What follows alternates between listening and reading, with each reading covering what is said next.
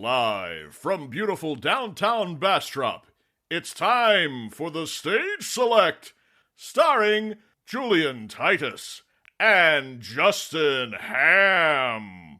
What could this possibly be?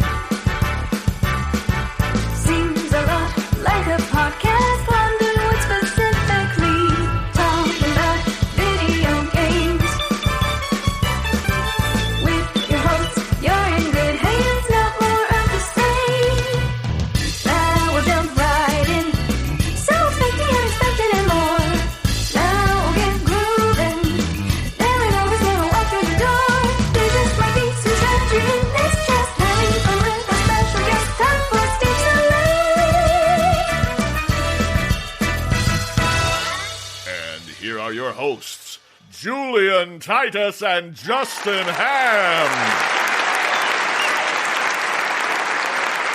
Welcome, one and all, to the Stage Select. I'm Julian Titus. And I'm Justin Ham. Why was it so drawn out when you said it?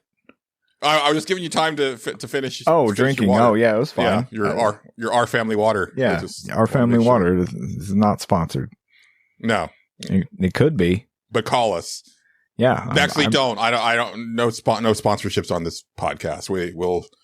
We have our lovely patrons. That's how we keep the lights on. I don't know at if the they're going to Stage give me Select. free our family water. I think I don't know. We'll talk about it. We'll Yeah. talk about it. I don't know. Now I'm kind of like, I don't know if I actually want that now that I think about it. I've thought about that because, like, I fundamentally hate like ads in podcasts. It's part of the reason why like a lot of the fake ads that I make for this show are specifically lampooning the products that are always advertised on podcasts. But then at the same time, like I've kind of heard like the money that like a Raid Shadow Legends commercial will get you, and it's like, man, that's some good cash. Yeah. Like I wouldn't want to like promote anything that I don't like, at least, you know. It's like, and I honestly have tried Raid Shadow Legends, and it was actually not bad. Yeah. There you go. As far as those types of games go. Right. But like, yeah, I've thought about that because it's like, I mean, we would definitely be doing our own. Like, we're never going to like just turn the button on to have like ads just automatically thrown into the show. Fuck that. Like, I hate that shit. No, I don't like that either. I don't like when people, or they pre-record something and then, you know, do the thing, or Yeah. No, I don't. Although I have heard some really hilarious ones of those that aren't intentionally funny, but they are really funny to me. Yeah. So I can't think of any off the top of my head, but some of those are pretty great. Yeah. Now, if Jones Barbecue and Foot Massage wants to, you know, call us for you know, like sponsorship, like we'll talk. Like I don't mind chilling for Jones Barbecue and Foot Massage. Okay. That sounds like a quality place to get a foot massage and eat barbecue. Mm-hmm. Yeah. Yeah. Yeah. Get your feet massaged in buffalo sauce. Yeah. Yeah. Is that what they do? That's part of it. You don't know Jones Barbecue and Foot Massage? I feel like I definitely do know that, but Jones Barbecue and Foot Massage. Okay. Yeah. It's like one of those. I think that's like one of those like big like YouTube like sketches from like I got you know 12-ish years ago or so. Yeah. Yeah. Justin, before we jump into things, I gotta talk to Abramo. Have you seen him around? I can go. He usually only shows up if I'm not around. But then he's oddly skittish around. At least on the I've noticed at least that. on the show. Yeah. Hold on. I can go see if he might be like cleaning the bathroom. Oh, I gotta go to the bathroom anyway, so I'll go see if he's in there. Okay. Yeah, that's actually the question I had for him. Okay, good. Excellent. Okay. Oh, hey, man. Hey, Abramo. Hey, I got some tickets, man. Do you want some of these tickets? What are we talking, like tickets that you got at the fair or like concert tickets? What are we talking about here? Like listen, man. Listen, hey. I gotta go. There's there's a Dave Matthews Band concert. Do you know who they are? Yeah, I You fuck want with Dave Matthews. You want to go see the Dave Matthews Band with me, Julian? Yeah, that sounds like a good time. Okay, that's cool, man. That's cool. Yeah. Do we have to walk there? I've I got mean, a car. I can walk there. I don't like trust cars anymore because like they can explode. Did you know that? I mean, lots of things can explode. Really? Yeah. I think you're fine as long as you're not driving a Cybertruck, though. Oh, well, I have some things to think about then. Yeah. Yeah, but yeah, like Dave Matthews Band, like they're like big stoners, man. So they there's a lot of pot there. Oh, okay. And they go off stage and they probably get high and then come back on and then play like Crash or whatever, and it seems good to me, man. Yeah, it sounds like an all right time. All right, well, we can do let's that. Yeah, cool. but you got to pay for it though. Oh, yeah, I mean, like it's not for free or nothing, man. well, I'll pay for my ticket, right? Well, yeah. then, I'm not gonna make you right. buy mine. I mean, that's just crazy. Yeah, That's okay. also a Dave Matthews Band song. Crazy. Sure, I'll take your word for it. Yeah. Yeah. Okay. Abramo. What? I was in the bathroom earlier, Okay. and I don't really want to know about that, man. well, no. It's just because you clean the bathrooms. I mean, yeah. But I'm noticing that the fourth stall, the one like in the corner there, Yeah. it's starting to look like pretty rough. Like it looks like you haven't touched it in I'm a while. not going in there, man. But Abramo, that's your job. But you understand, like when we have guests come into to the studio, like, and they have to use the restroom, like everything is nice and pristine. You're doing a great job, Right. But like then there's that stall that's clearly not been touched in weeks. Well, listen, man. I know a guy, and I had him go in there, and he was like a ghost man. He knows about ghosts and stuff. And I sent him in there, and he was like, "I'm gonna need a Ouija board," and I was like, "Okay." And so I got him a Ouija board, and he was like, "Hey, man, there's no ghosts in here." And I was like, "I don't believe you, man." And he was like, "No, man, the Ouija board wouldn't lie to me like that." And I'm like, "I don't know, man." And so, I don't know what's going on in there, man, but I just keep hearing stuff, man. I don't trust it. I mean, Morgan mentioned that also. I haven't heard anything when I'm in there, though. And I really need you to. I need you to clean all the stalls. Okay. Well, look, man. What if I like hire another guy? I don't know if we have the budget for that, Abramo. I mean, well, no, I'll hire him. Like, I'll pay him like $7 or whatever, and he'll clean that one. Okay. I mean, What if we got that Morgan dude to clean it, man? I mean, he's already doing so much with being the stage manager, right? I mean, that's yeah. really not his job. I mean, yeah, maybe. All right, Yeah. well, I mean, now, but if he'll probably do it for $7 if you ask him. okay, like, well, there you go, man. I can give him Yeah. $7. I mean, does he need a switchblade or anything, man? I don't know. You'd have to ask him. Okay, well, I'll we'll work something out, Yeah. Okay, man. Hey, Okay. I got sent this script for a thing. I need they want me to do like a movie or something, man. Oh shit! Yeah. Congratulations. Thank you. I don't I need, but I don't have a microphone, so I gotta borrow your guys' stuff. Is that okay? Yeah, sure. Go wild. Okay. I'm gonna read these lines, and you tell me how I do, okay? Okay. Okay. I mean, I'm not the director, but I'll give you my opinion. Yeah, apparently I'm playing myself in it. Oh, that's weird. Yeah, And kinda meta. I don't know why. Yeah. Yeah. It's a. Well, read the lines and then I'll okay. I'll give you There's my only like 2 of them. But I mean, okay. So, yeah. you're like an extra. You're like a bit part. That's fine. Yeah, okay. You know, that pays. Okay, that's cool. Yeah. I mean, then I can afford $7 to pay people. Yeah. Mm-hmm. Yeah. I mean, I can already afford that, but yeah, we pay you pretty well. I mean, I do okay. Yeah. Okay, but anyway, especially when you walk everywhere. Yeah, I mean, it saves a lot of money, and I don't explode, so that's good. You know. Okay, well here's the lines, man. This is the first line. I'm gonna read it. That's my switchblade, man. That's the line. That's it. That's all it says. Okay. Okay. Then here's the next line, Julian. It says, "Hey, man, can I get a ride? I walked here."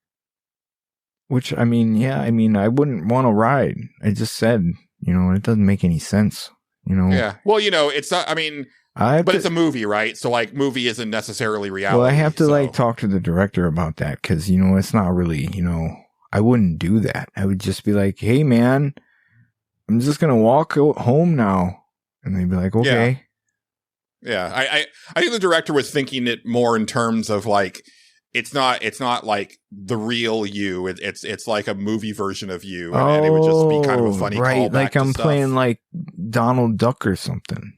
Yeah, kind of something like that. Right. I mean, like if I played Donald Duck, I'd be like, "Quack, quack, quack." Okay. I cook some breakfast for you. I'm a pretty good actor, huh? I mean, you couldn't You're even not bad. you couldn't even tell that wasn't Donald Duck. Yeah. Yeah. Okay, well, I gotta go talk to Morgan about paying him $7. All right, Abramo. Okay. Thanks for. I think this is a productive meeting. I appreciate it. Okay. All right. Thank you. I'm gonna go now. All right. Talk to you later. All right.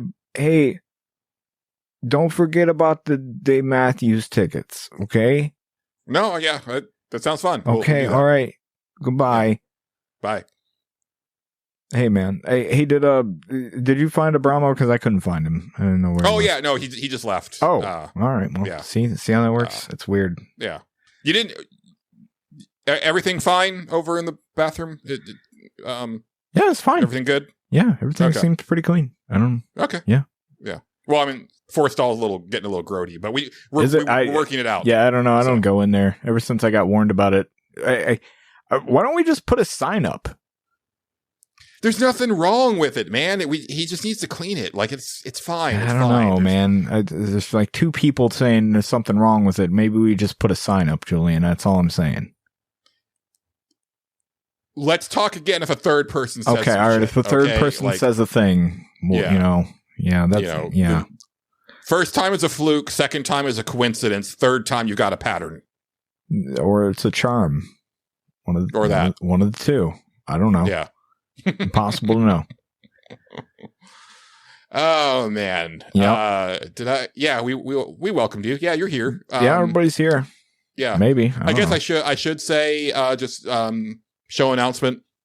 By the time you're listening to this, for patrons, the third episode of the Sufferer Select is up. That was Lady in a Leotard with a Gun. Yep. Ended up being a fun discussion.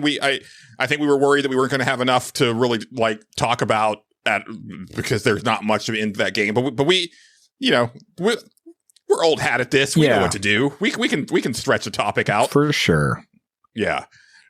Second, and then the new poll is also up on the Patreon page, which is Bioforge for the PC from Dennis Robertson. And Sonic Forces for the Switch from Casey. Oh boy. So those are the choices that you have over at patreon.com/the Select. If you're a patron, all paid, like anybody who is a paid patron can vote on the poll. Mm-hmm. And then anybody at the $3 and up tier gets access to the Suffer Select when those go up. But yeah, Justin, what's been going on, man? Since last week. I don't know. What has been going on? Stuff. It said, hey, yay. No, this is 3 non-blondes joke. That's good. That's good. I like that. There's four of them. Was there 4 non-blondes? Yeah. Yeah, there were. You're right. Yeah. I forget how many non-blondes there were.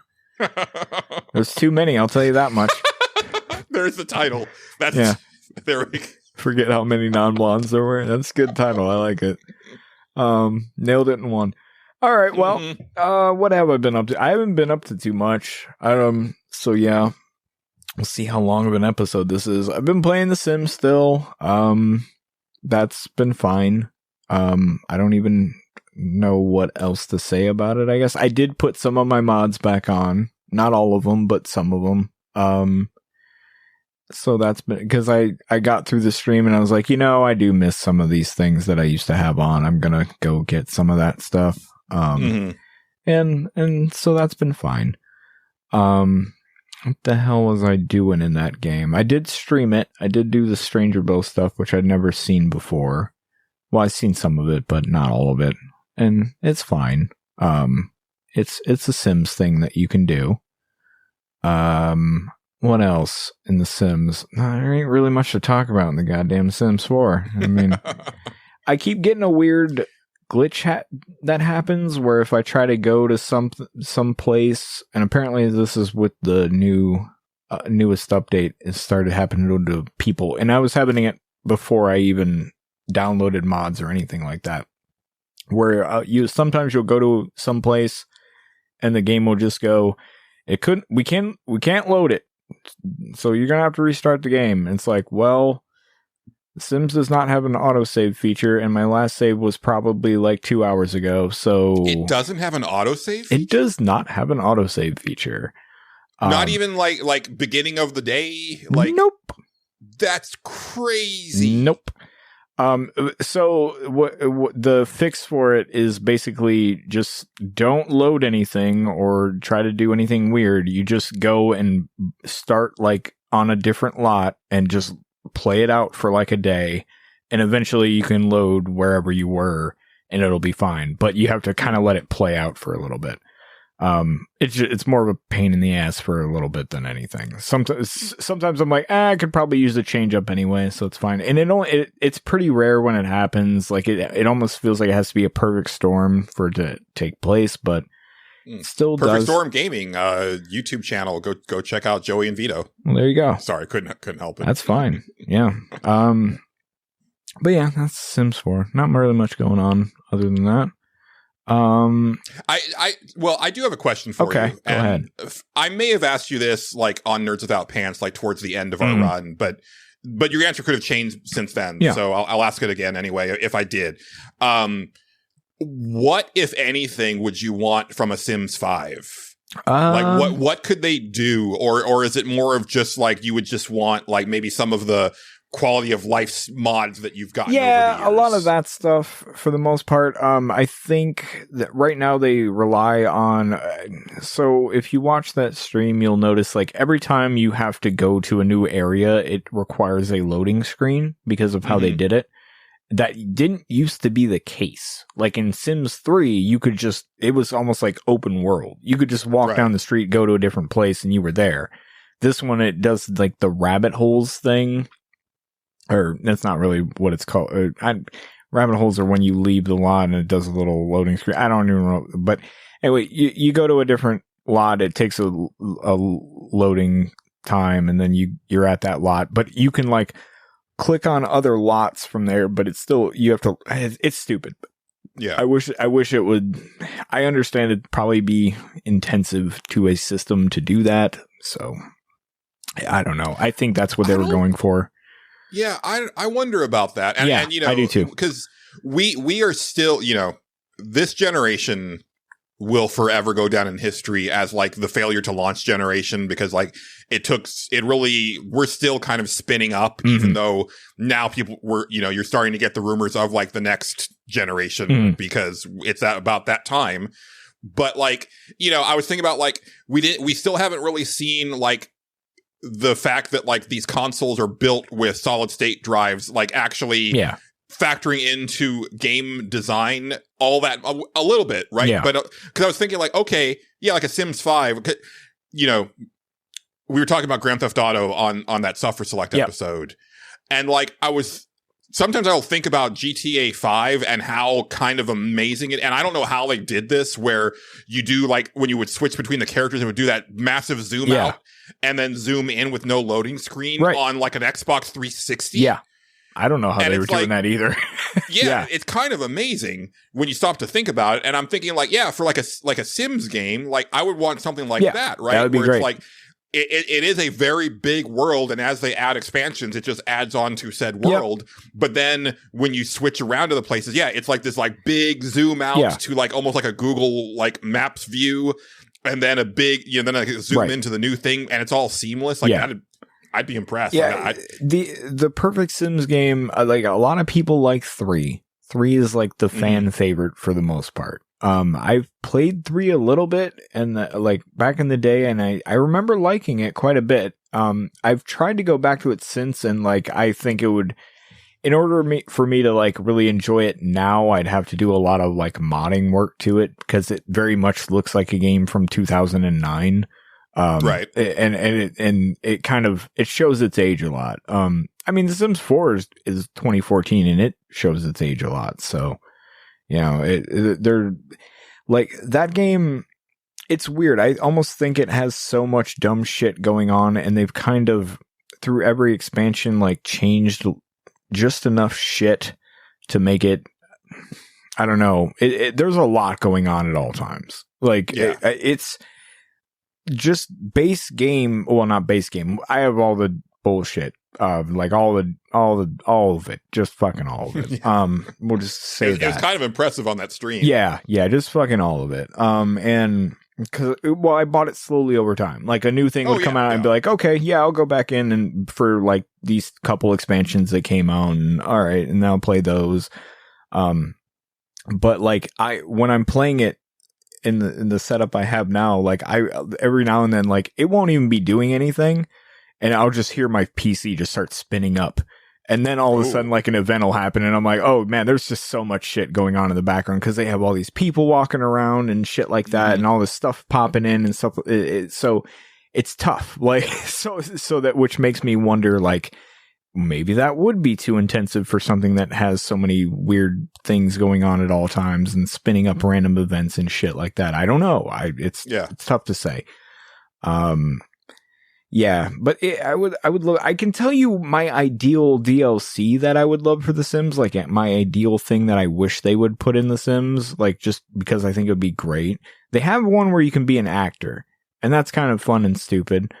I would love if you could make a band a one. Like that would be my favorite thing ever. Because then you could. I don't know how you would do it. But it would be fun. That's the one I've wanted forever now. Like I just want drums and like a bass or something, and then you write songs as a band, and then you go on stage and you fuck them up or whatever, and that's what you do. I don't know. That would be my ideal DLC personally, but I doubt they'll ever make that, because every Sims fan is boring as shit to me. So yeah. A lot of times, like the fans of a certain of a certain game, or it's usually the game specific fans. Yes. That, Sims fans are like you read some of the stuff, because they'll have like fan voting for shit sometimes, and like it'd be like, what if we put crocheting in the game? And it's like, oh fucking who gives a shit?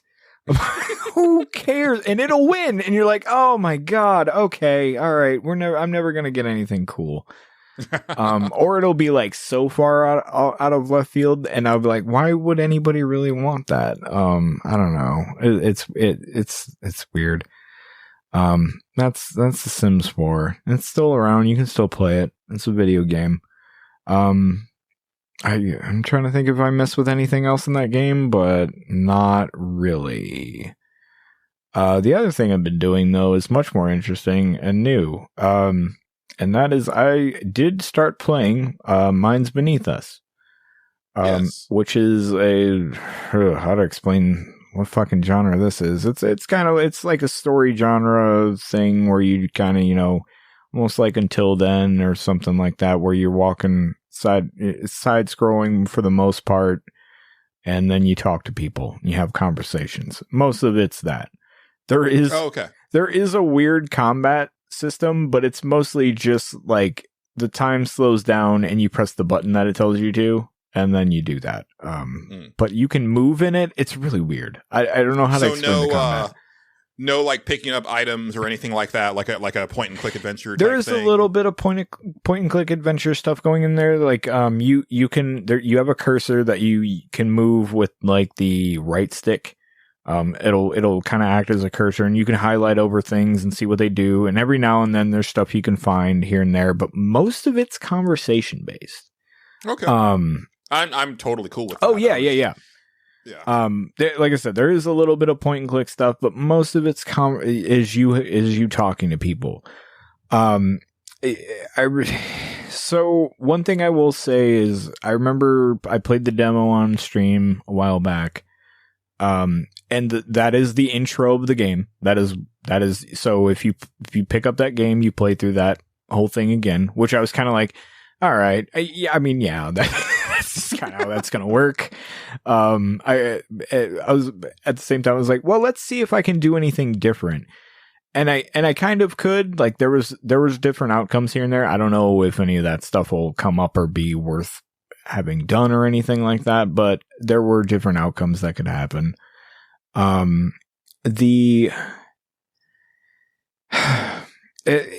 So the demo leaves off like right before you're about to get into the main crux of the game, I guess, which is like I don't know if anybody remembers or if you remember, Julian, but basically it left off you're about to start your first day at this job, right? Mm-hmm. And that job is like the whole fucking game, kind of, is like what you're doing there. Okay. Yeah, it's you're going to be on this thing that they call a farm, and they even explain like the main concept of it to you like before you go, which is there's these things called flops, and that's what all the AI runs on. They kind of glance over it in the beginning, and then it becomes a huge thing as soon as you get to the next thing. It's like, oh, okay, got it. All right, that was the main crux. I got it. The farms are like they found a way to use people as computing power, and so that's the jobs of the future because AI has taken over everything. I'm like, oh yeah, okay, yeah. There's a Black Mirror episode that's kind of like that. Yeah, yeah. Like everybody's job is just to like they're just on exercise bikes all day long, and they're. I remember that one. Yes. Yeah, they're creating energy from it. So yeah, okay. Yeah, this one is a lot darker than that, but that was pretty dark. Yes, but yeah, this one's pretty wild. Actually, it's pretty cool. I won't get into that too much, but it's cool.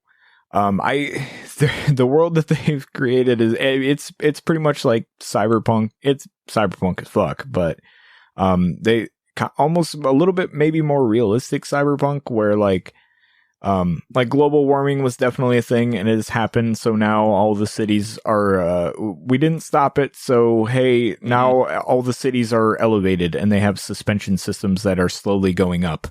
And then we just go with that. What about the people on the ground, you might ask? Fuck them. They got to move here now. Sorry, what? Oh yeah. Hold on. Let me see if I pressed the right button. We don't know. Oh, fuck them. I did. I pressed the right button. I don't know how loud it'll be, so I'll press it again. Fuck 'em. Fuck 'em. Fuck 'em. Fuck 'em. And then I pressed the wrong button because the space one's going on in the background right now and nobody can hear it. That's okay. It's fine. We're just fine. It's fine. No, yeah, it's good. Yeah, it's good. I barely touched it, so it's okay. Anyway. But like I said, most of it is conversation based, and I actually really am digging that aspect a lot more than I thought I would.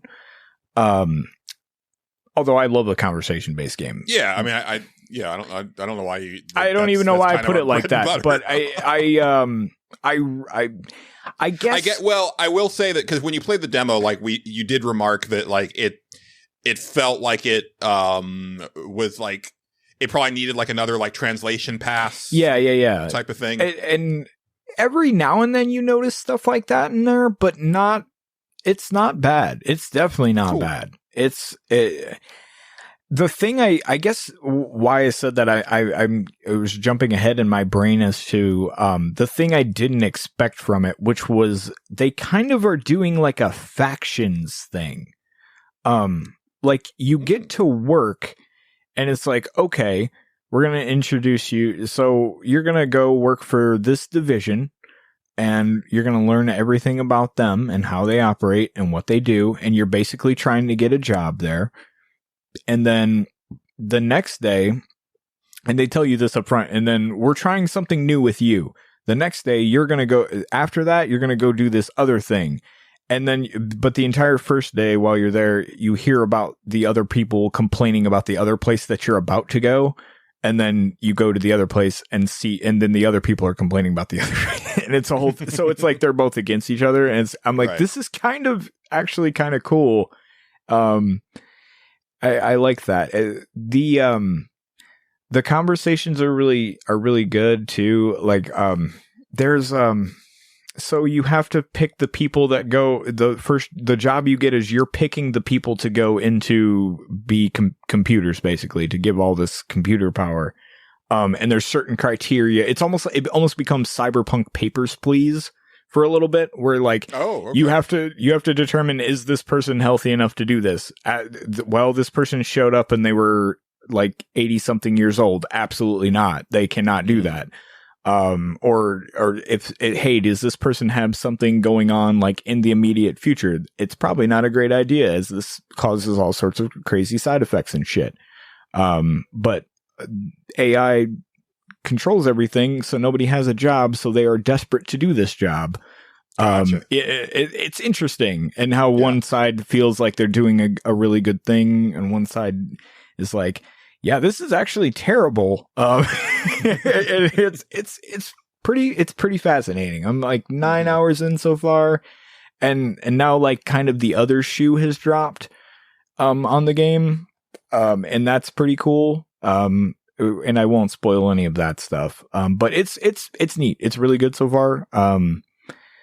I definitely recommend it. I'll put it like this: I stopped playing The Sims for it, and I am really into it and don't want to play The Sims right now. Like, I want to play that game. So nice. Yeah. Yeah. It sounds really cool. I think this is one that I'm going to go ahead and play like as it's new, like not wait for a console version or anything like that. Right. I think I'm just going to go ahead and do it because, yeah, like I said, when you played the demo on your stream, like I was kind of like, all right, this seems like a, pretty standard, point and click adventure. Yeah. Pretty darn wordy, and I was like, and I wasn't really paying attention. And then like a thing happened. I was like, oh shit, okay. And the previews give you like a little bit of that stuff. Like you kind of go, okay, there's something else going on that I'm kind of fascinated by. And actually, I'm glad you reminded me, because that's actually one of my favorite aspects of the game is how they're treating exactly what the player character is, because the player character in the game isn't like the character you're playing as, which sounds weird to say, but like and I guess I almost don't want to go more into detail than that, but like it's kind of cool. It's almost like a fourth wall break a lot of the time, and I kind of think it's really neat what they're doing on that aspect. I mean, there's a lot of brain stuff in the game. I'll put it like that. So, take that for what you will. But I really dig the idea of what they're treating the player character as. Because, all right, it's not really a spoiler because it's in kind of the intro part, the demo part. So like you're like an entity that's inside of someone's head, kind of, and you're kind of, you're basically controlling someone else's body, right? And does all sorts of shit with that. Wait, are you saying that you are a nomad soul? Sort of a nomad soul, Julian. Yeah, a little bit. Okay. Yeah, a little bit, actually, now that I think about it. Can you like fuck a guy's wife even though it's you cannot do any of that? No. Okay. Oh well. David Cage is disappointed. Yeah. No. They actually have respect for the female character, who is actually great. Fran is actually a really great character. Who I like a lot. But no, they play around with that a lot. With the fact that like they'll let you see the actual person that you're controlling's actual thoughts about something and what they know, like almost like but you don't have to say those things or do those things. You can actively go off. And sometimes they'll comment on it like, I would never say what you just said. and you're just like, oh well, this is what we're doing. Which is really cool. No, I love that. I love it when because I think video games are uniquely set up to do this. You'll get it in certain like movies and TV shows as well, and comics, but like playing with knowledge, right? Yeah. Like who knows what and how that knowledge disseminates, right? And so like having like a pseudo omniscient character who knows more than like the people in the situation, but not necessarily having the agency to like impart that information to anybody other than you, the player, right? Is like kind of cool. Yeah, this one is more like the entity you're playing as doesn't know shit, but like the characters themselves that you know a little bit more, and you're kind of seeing what they know sometimes, and you can choose to use that information or not. You know? Yeah. Or like, it sounds cool. It's pretty cool. I really like how they're doing it. And then there's certain aspects. There was like a part that I just played today that I was like, I'm not really doing that much. It's basic memorization, and yet I'm super like nervous about what's about to happen and afraid to screw up because I feel like I'm actively trying to get a job right now. Like it's like, oh, if I screw this up, I'm never gonna live this down, and it's gonna be really bad. And they also do a really cool job of like, so like I said, the main crux is like you're trying to get a job, you're kind of in an interview thing, but they're letting you do the work, right? And you're getting paid for it or whatever. And they'll actively. There was one part where they were like, okay, you're gonna go into this room. And you're gonna these are the rules of what you can do and what you can't do. And even though it seems like the right thing to do, don't do it. And it's like, oh, but wait, okay. And then there's one, and it's like, okay, and then this other person's gonna show up, and you absolutely have to do this thing. And it's like, and then that person shows up, me like, that's the last thing I want to do is that thing. I don't want to do that at all. And it's kind of interesting. It's really good. It's pretty good. I have to give them a lot of credit on this one. It's quite good. And that what you just said kind of gives me a Stanley Parable type of vibe. Yeah. Where, where the narrator in Stanley is like telling you, it's like when he does the narration, it's like gamer brain is like, well, I'm going to do the opposite of that. Yeah. Right. Like, fuck you. Like, like I control my own destiny. This one, you're like, well, I want to get the job, so I don't want to go against what they're saying. But at the same time, like, I would like to help this person out, I guess. But, and then sometimes you'll get done and they're like, why didn't you do the thing? And you're like, because you told me not to do the thing. And they're like, well, that was a stupid thing. Why? And I'm like, oh, okay, well, cool. We were trying to see if you would think on your own. And it's like, oh, all right. And then sometimes you'll not do the thing, and they're like, why didn't you do what we asked you to? It's like, okay, you're killing me here. It's pretty. That's neat. Reminding me of. I actually sent you the clip, but a thing that. The VTuber Cecilia Immergreen was doing on the Zelda. That one was pretty funny. Yeah, that was pretty good. Yeah, it was good. Yeah, where she was doing the gambling thing, where it's like it's like you either win or you lose. Like there's just two boxes. Yep. And she loses like a bunch of times in a row, and then she like cracks the code and just goes off on this rant. Like she's constantly winning as she's like yelling about like what the process is of the people who designed the game. Yeah. It's amazing. Yeah, it is actually pretty good. Yeah, it is actually pretty good.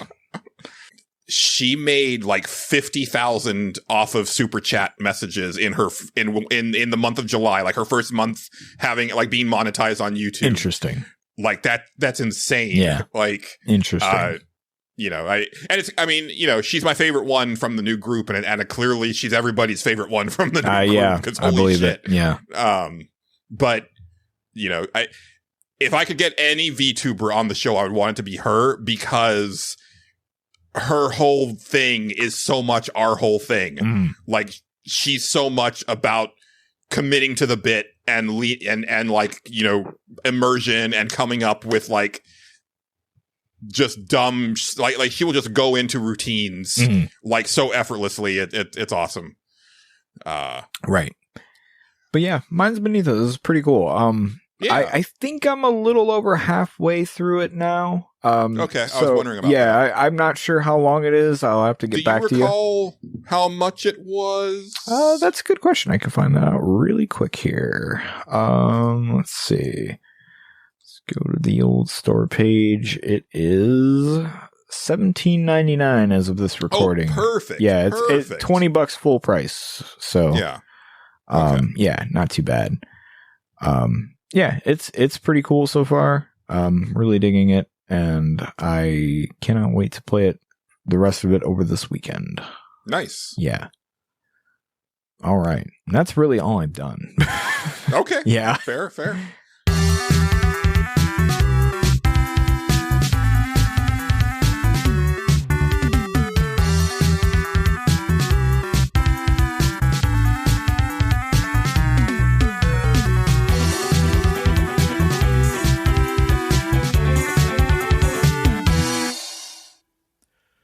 The Stage Select is made possible through the support and funding of viewers like you. Here are our wonderful patrons.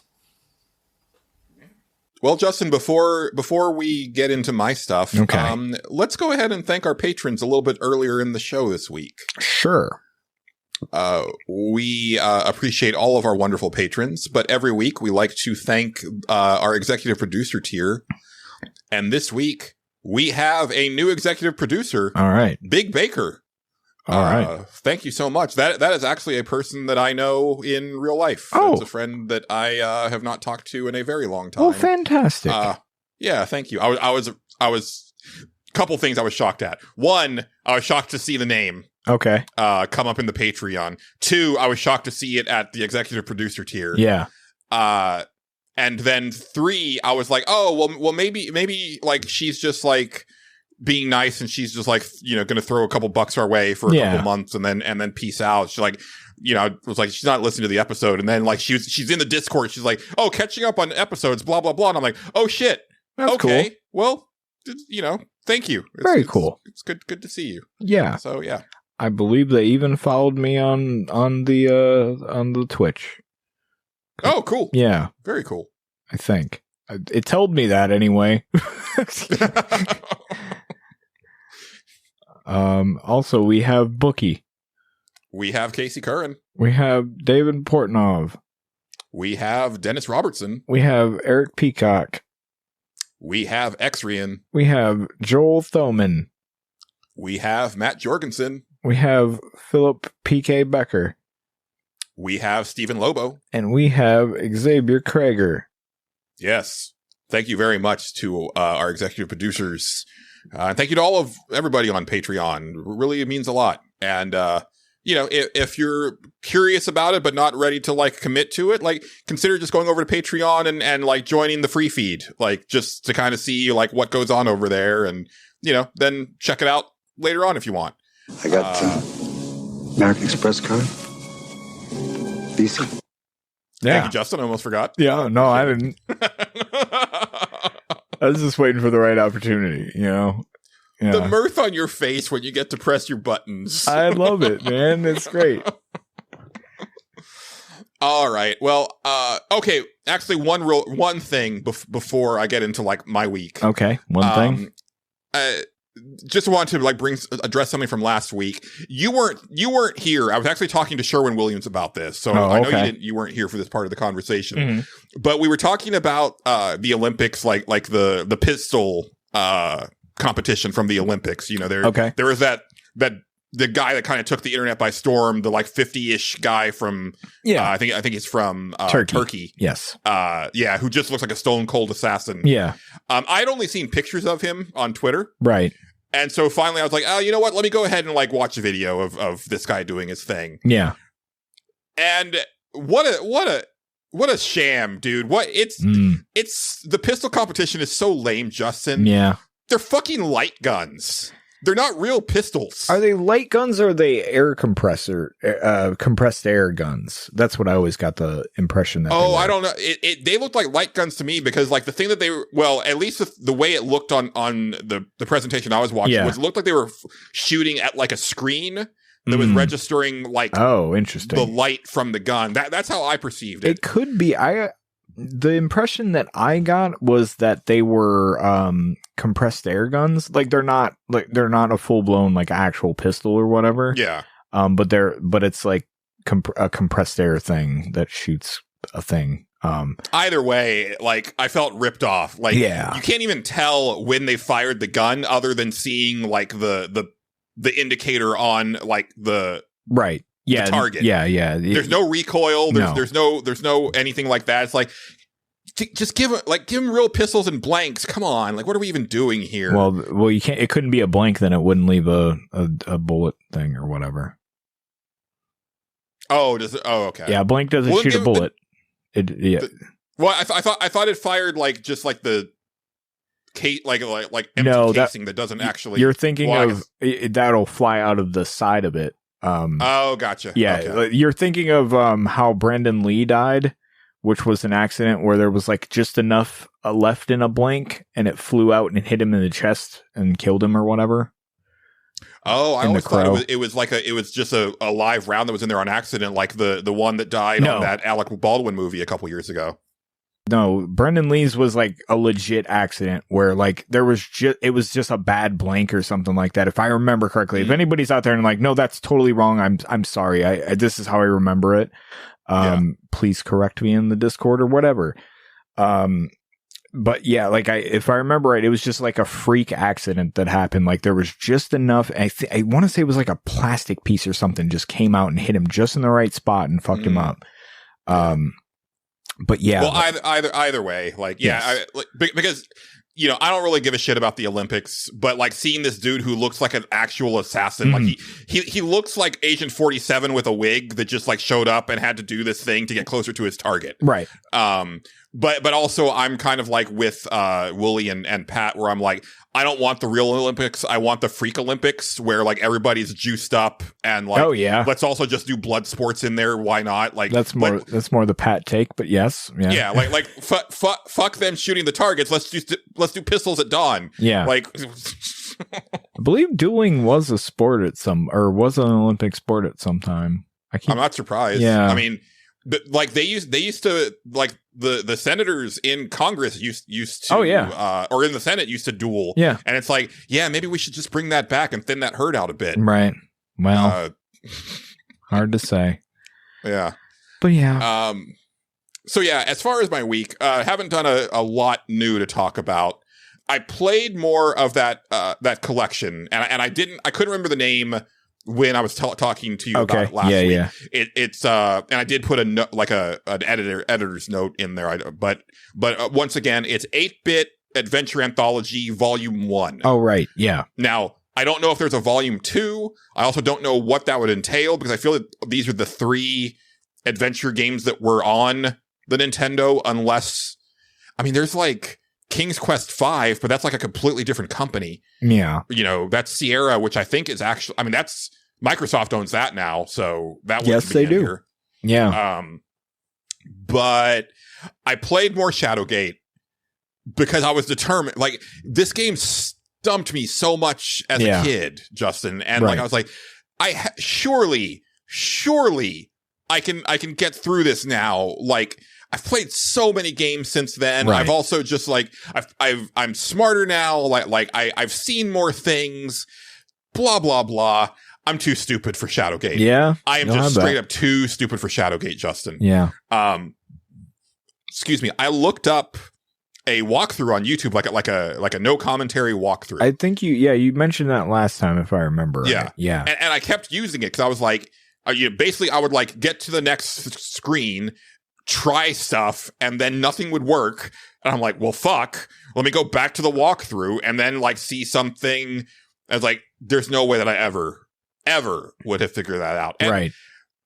I'm trying to figure out, is this because I didn't play these types of games? Is this sort of like a Baldur's Gate situation where, you know, like I didn't play those types of RPGs Right. back in the day in the 90s, so I don't have that affinity. So when a game comes out like Divinity or Pillars of Eternity or Baldur's Gate 3, or even I reviewed a couple games like that were like homages to those types of games for Pixelbit, and I hated them because Right. I was like, I just didn't have that experience with those types of games growing up. Right. And so I was like, is that what's going on here? But the more that I played it, the more that I realized that I think Shadowgate is just bullshit. Yeah, it could be. Because so the walkthrough for this, the YouTube video for this walkthrough, and where it's just, they know what to do, they're going through it. Yeah. It's 30 minutes long. Okay.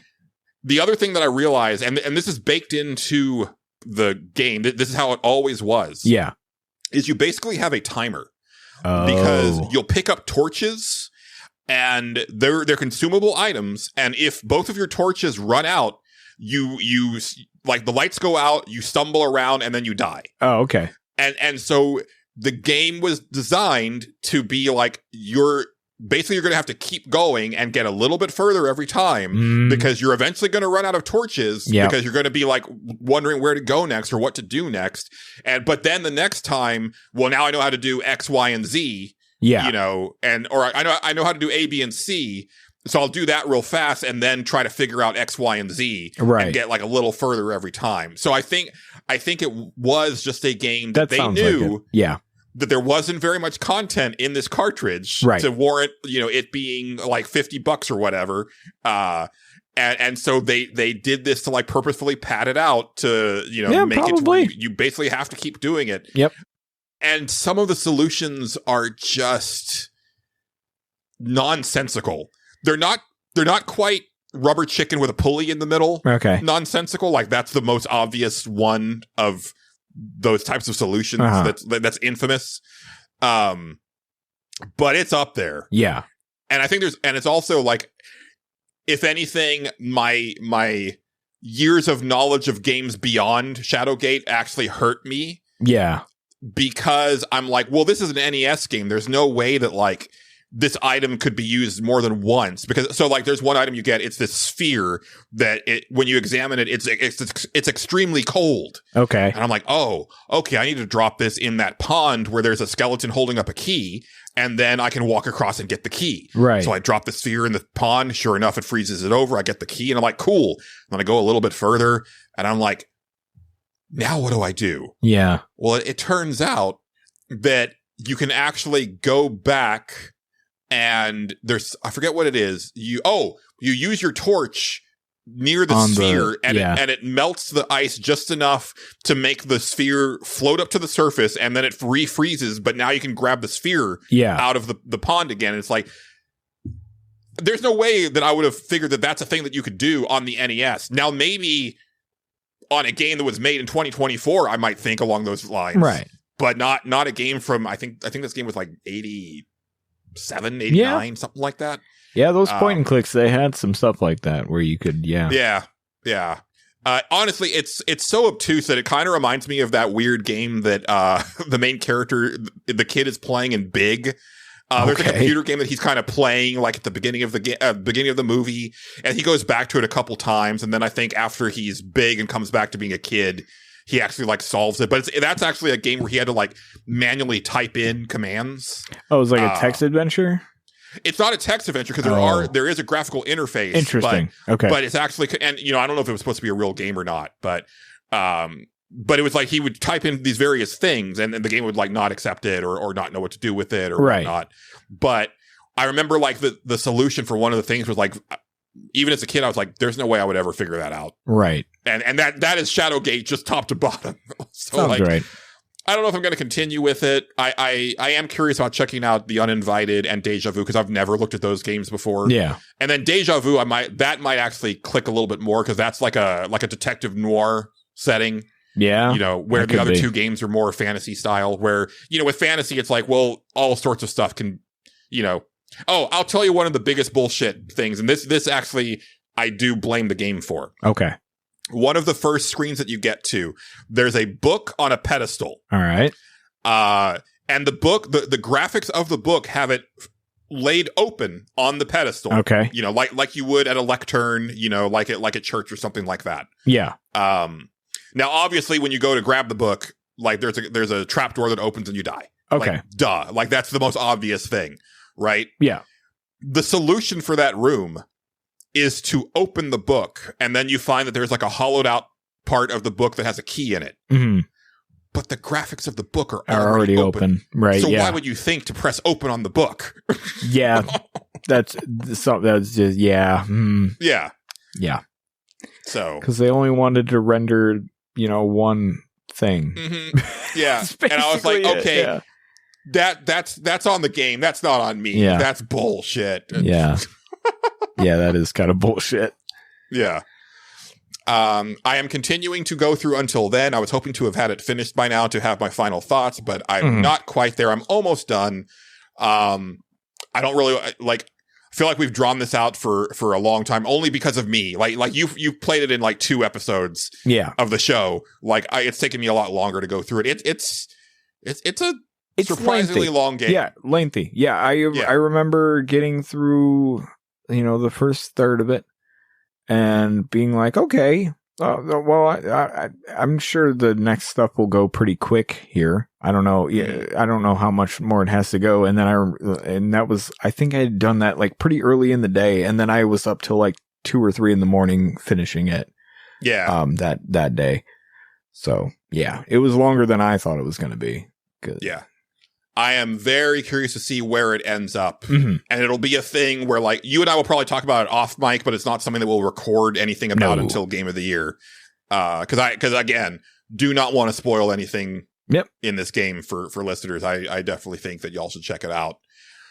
But I did play something new. Okay. All right. Something, you know, you're very good about finding interesting and quirky games that I've never heard of, and then bringing it to the show, and I'm like, damn, that sounded really cool. And then most of the time I'll check it out and be like, yep, that was I'm glad that I checked that out, and I wouldn't have known about it if it wasn't for Justin. Right.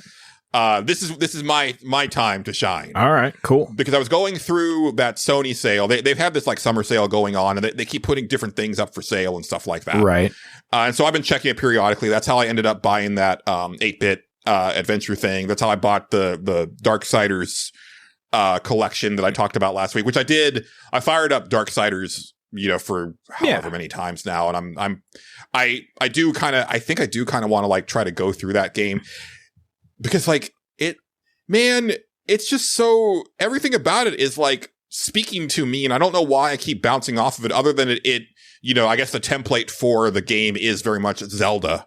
Yeah. And, you know, we're not the biggest Zelda fans, but my problem with Zelda has always been like, I don't really, you know, I don't care about the character or the story. And also I wish that like the combat was better.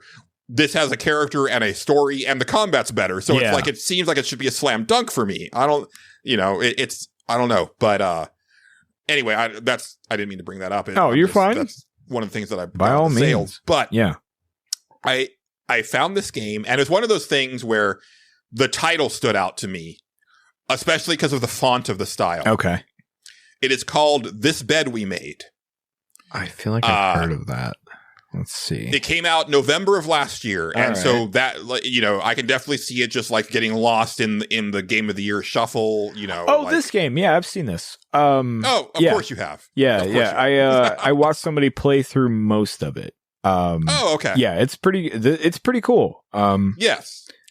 So this is a third person, I would call it an adventure game, you know, along the lines it's actually got a lot in common with LA Noire. Yes. Especially because of the setting. It takes place in 1958. Yep. You play a housekeeper working at a hotel in Montreal.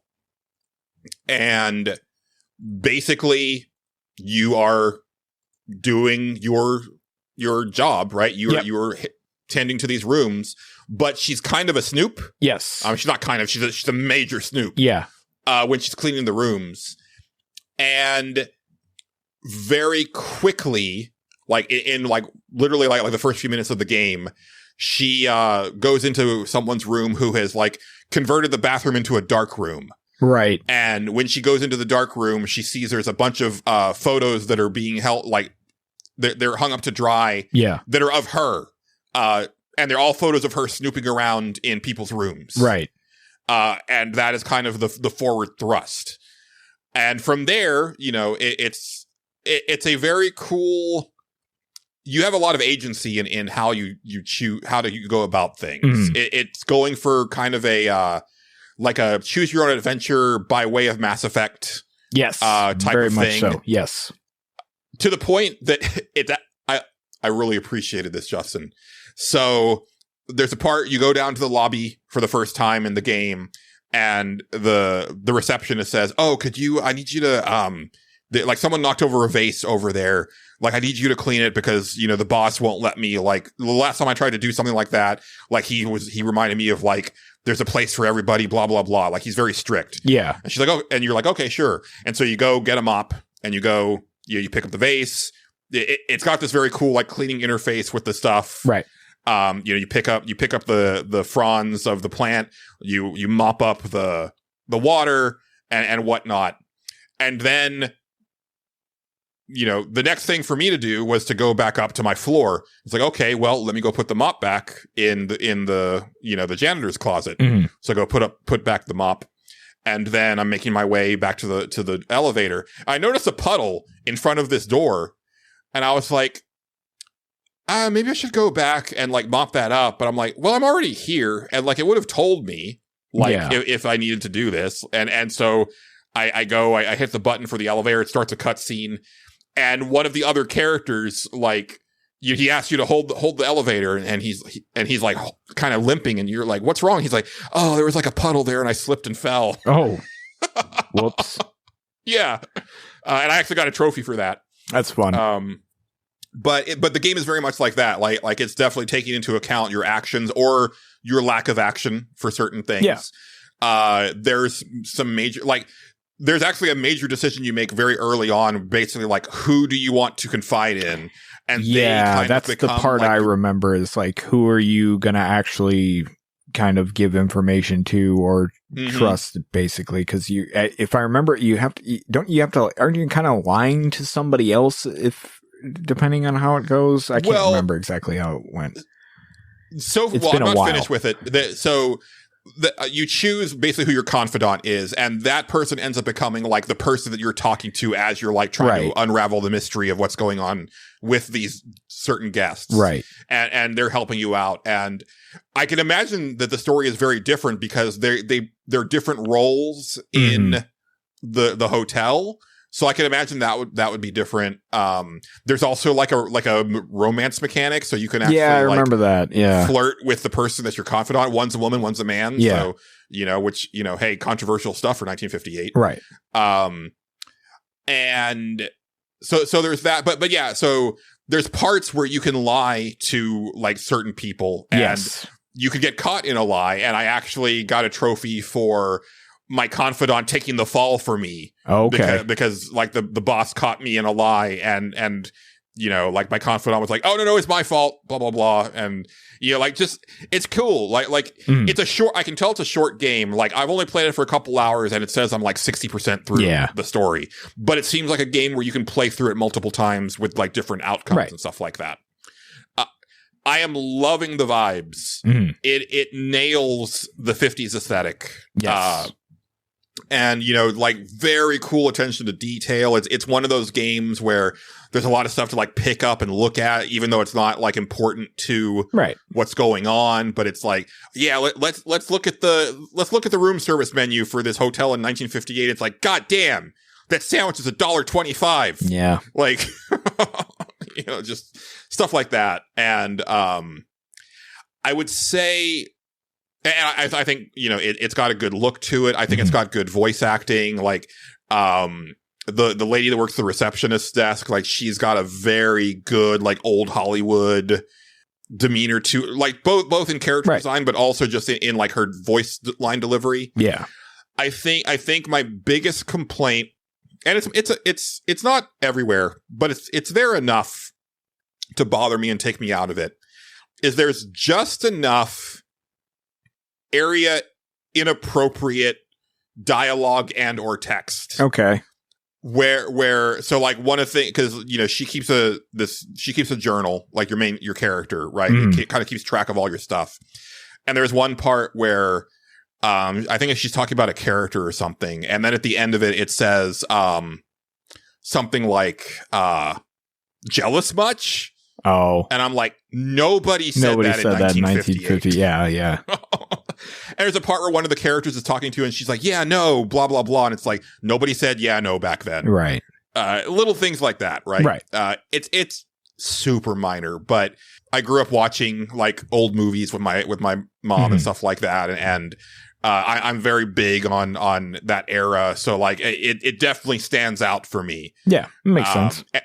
And then the other thing is that, it's an indie game. Like it's got indie game problems. For sure. The biggest one, and I was actually going to ding the game for this initially until I realized that it was a glitch. But there's a part where you're actually deciphering like a substitution, like a cipher code for like a alphabet substitution.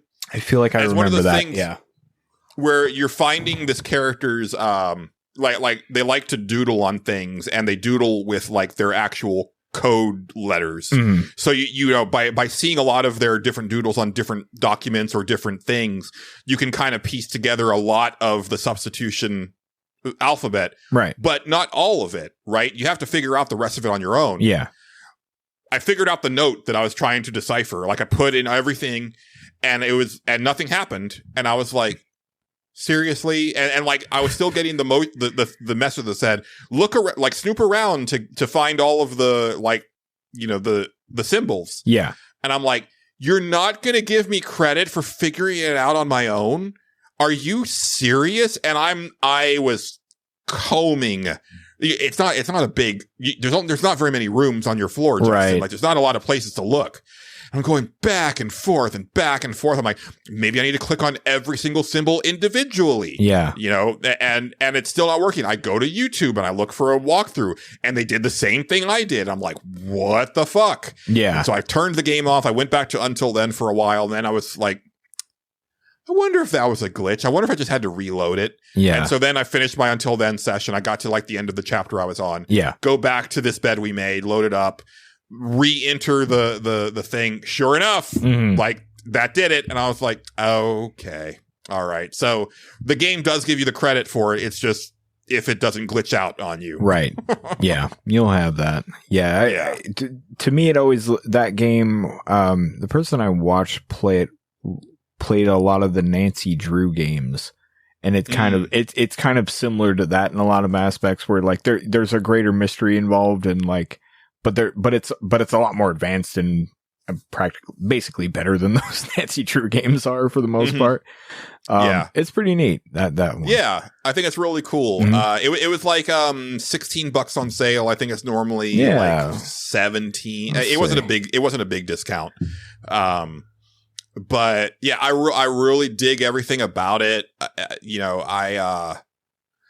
I'm wondering where it goes, because like it's one of those games where I'm like, yo, could there be like a supernatural thing going on? Because like sometimes I get that vibe. Yeah, but it's hard to say.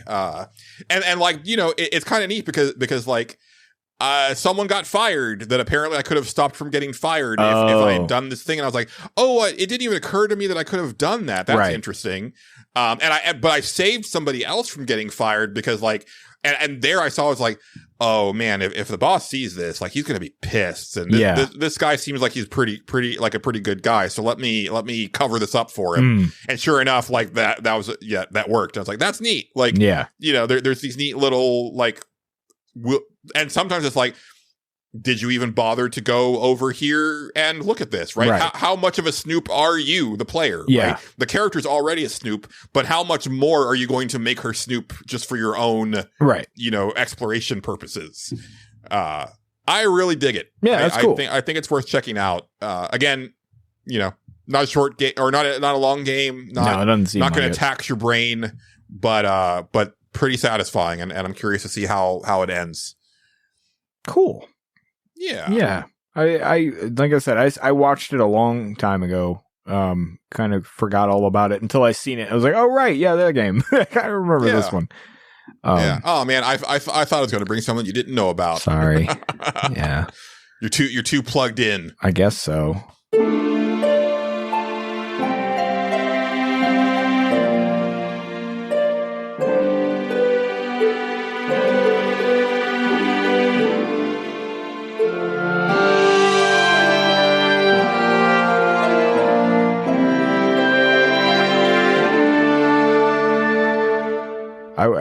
I sometimes I don't feel like it anymore, but because I haven't listened to like video game podcasts in a while, but like I guess I just look at the Steam front page every day and see what's going on there, and sometimes I'm like, oh right, yeah, okay, or I guess this is popular now.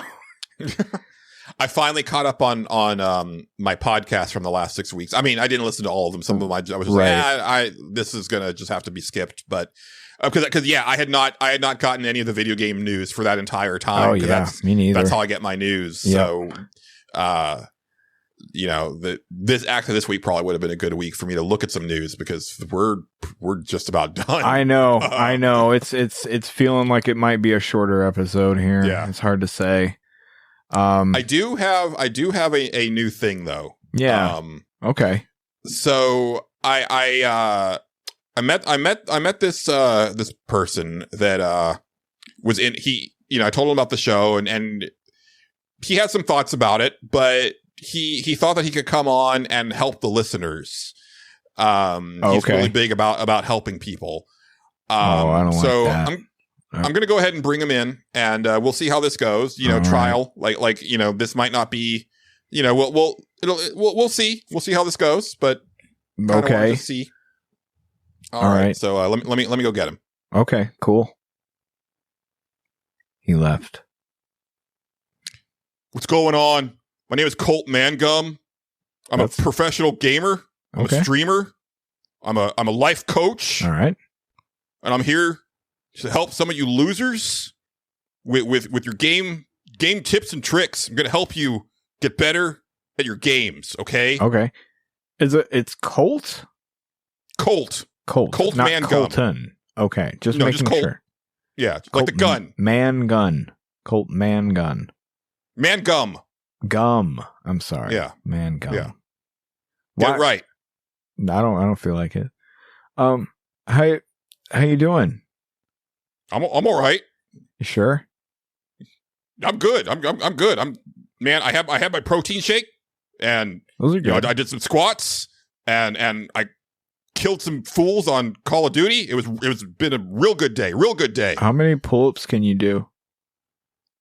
Like 80? That's pretty impressive. That's an impressive. Yeah, man. Look at these guns. I mean, yeah, that's pretty good. Those are good. Those are good guns. Yeah. Well, Colt, we have some people that have written in and have some stuff for you. All right, well, lay them on me. Okay. Well, this one comes to us from Chester from San Diego. Okay. He's age 9. And he wants to know. We have 9-year-olds listening to this? We don't worry. Okay. All right. I'm okay. Go ahead. He wants to know, how do I get through the water temple in Legend of Zelda Ocarina of Time? Oh, dear God. What the fuck?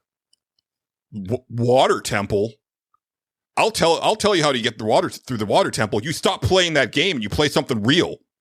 Fucking loser. Yeah. Just what are you doing? What is this? Some sort of I see what this is now. It's some sort of little dude in a little tunic. No. Fuck that. No. Okay. Go play Apex. Go play a real game. Yeah. Put some hair on your chest. All right. 9. Pfft. How much hair do you have on your chest, Colton? It's Colt.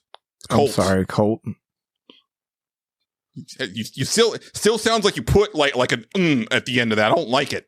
I don't like that. I'm sorry. I have a lot of hair on my chest. I'm not gonna show it here. Why not? This is stupid. No, because there's women in the audience. Oh well, yeah. I mean, I don't want fair. them getting all hot and bothered. That's fair. Yeah. Yeah. You don't want that. No. Okay. What's the next one? What you got other for questions do we have? Yeah.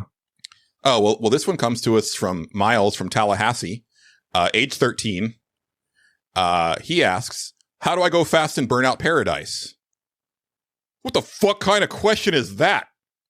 It's a racing game. You put your foot on the pedal, or I guess you're using a controller. You just put it on the gas button. Yeah, the gas button. And you just press that.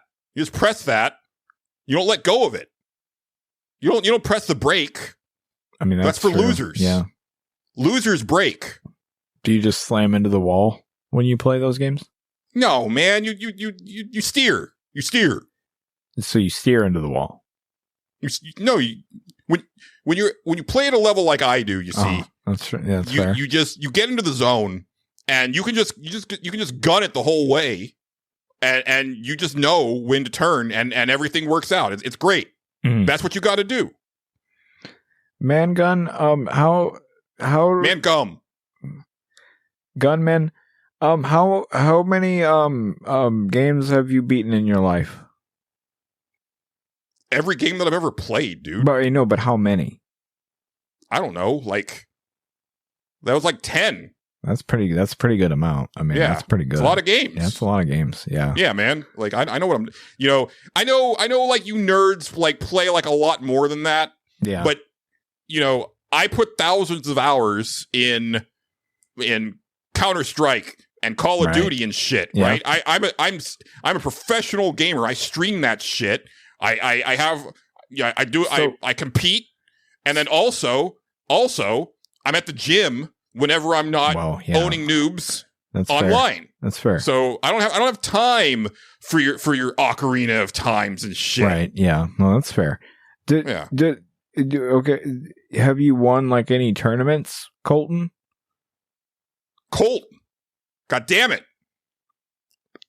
Win tournaments all the time, man. Like that's ones? what I do. I'm a professional gamer. Which ones? Like Apex.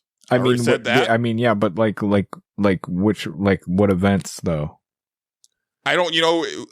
Once you win as many as I do, you stop paying attention to the names of them. You just That go. makes sense. I mean, that makes sense. Yeah, You just go and like you just put your headset on, and you put your glasses on, and then you put your phone on silent so that your wife isn't bothering you the whole time and asking like, why aren't you home? Yeah. And then you lock in and you do your shit, and then you take the gold, you go home, and then you feast. Yeah, I was just gonna say, We're do eating out you here. eat a lot of stuff afterwards? Hell yeah. You having like shrimps? Yeah, man. I like some shrimps. All right, that's good. Yeah. That's good. Okay, well, Colt, let's see. We've got this next one. We've got a couple more. Okay. This that's one good. comes to us from Becky from Ottawa. She's age 17. Okay. And she says, what are some tips to improve my KD ratio in Call of Duty Warzone? Oh, finally a good question. Yeah.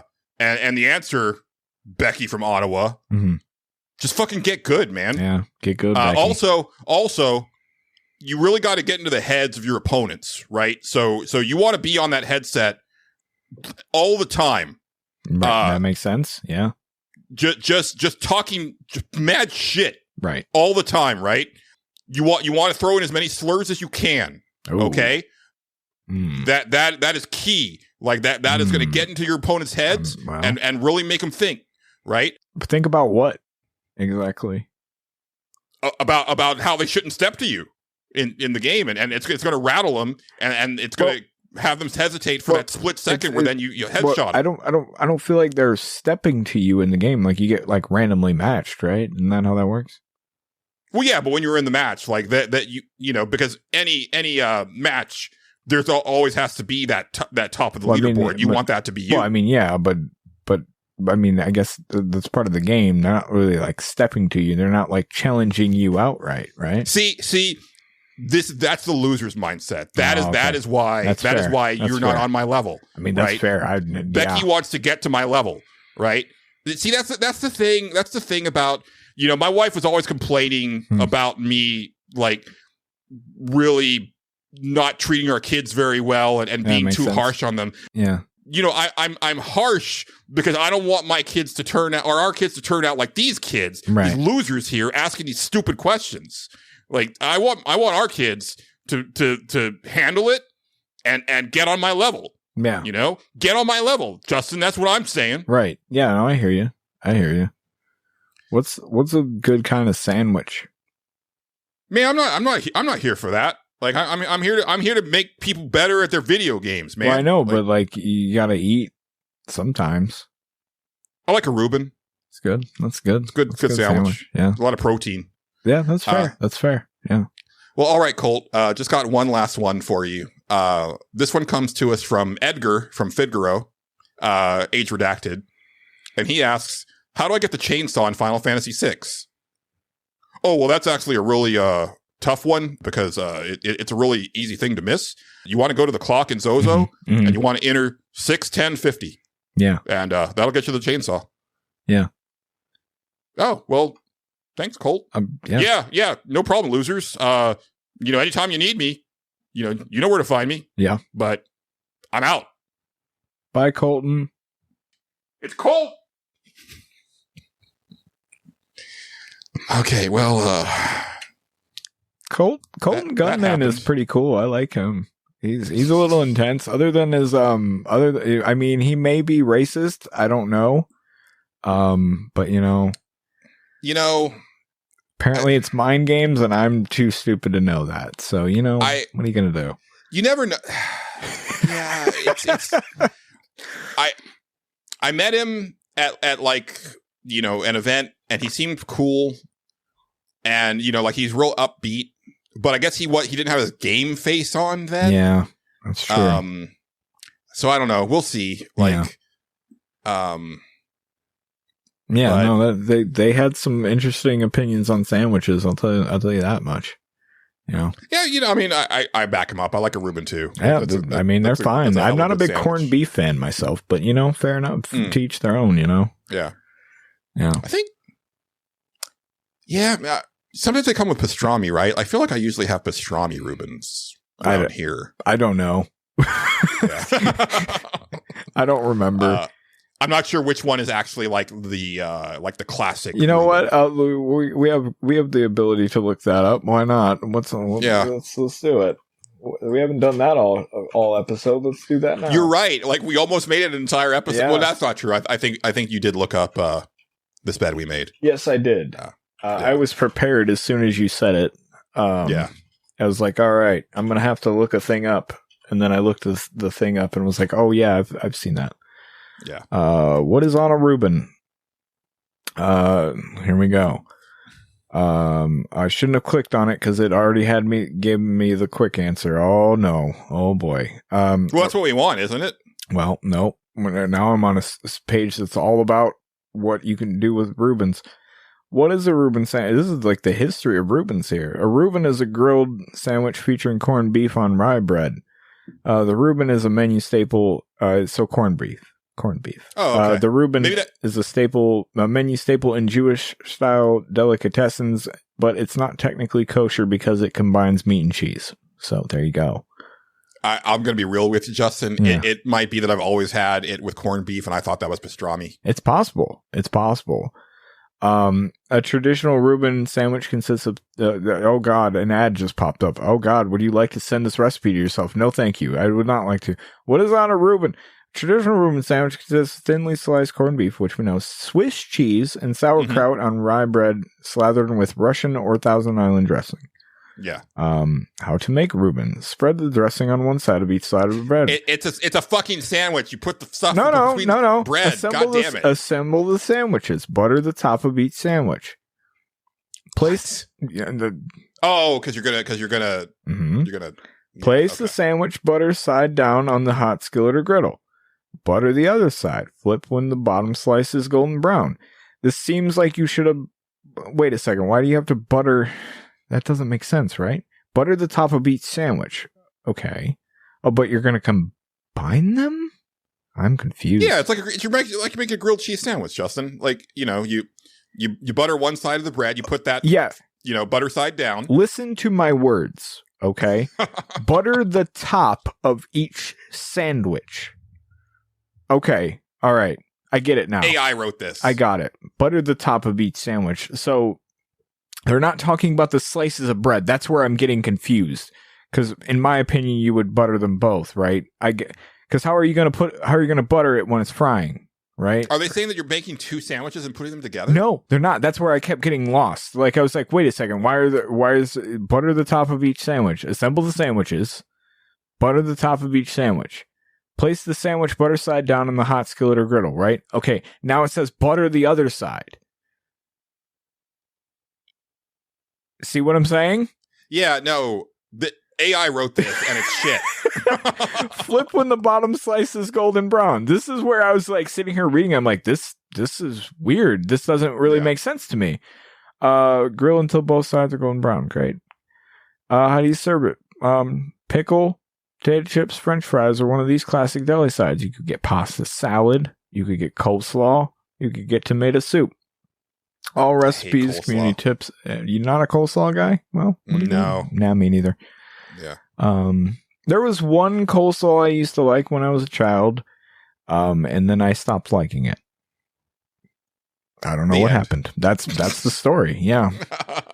All recipes, community tips, and praise.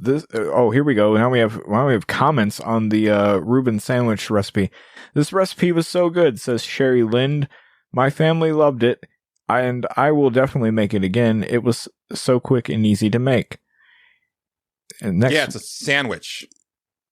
Well, okay. Here's a tip that works for all grilled sandwiches. Instead of butter, spread the outside of the bread with a thin layer of mayonnaise. Hell yeah! No, that is the pro according to Studi B.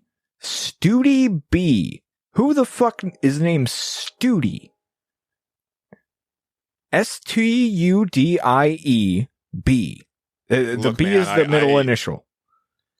I look at death certificates all day long. There's some weird names out there, dude. Studi B. It sounds like a hip hop name. I'm into it, actually. It makes a lovely crispy sandwich, and no one will guess you used mayo. So there you go.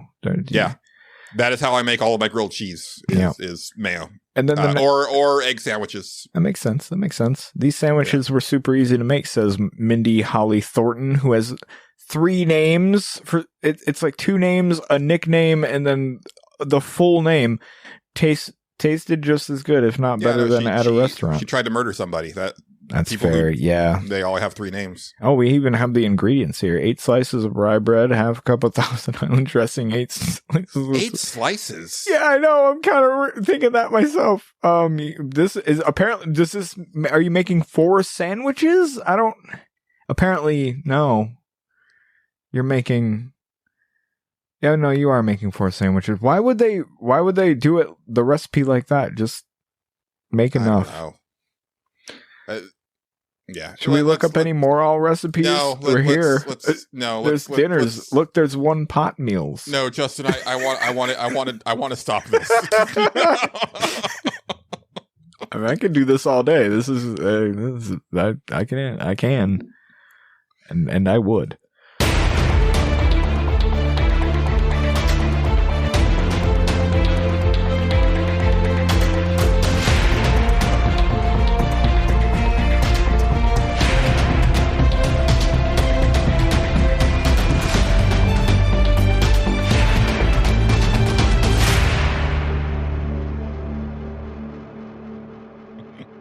I am the birthday robot. Happy birthday, Nicholas.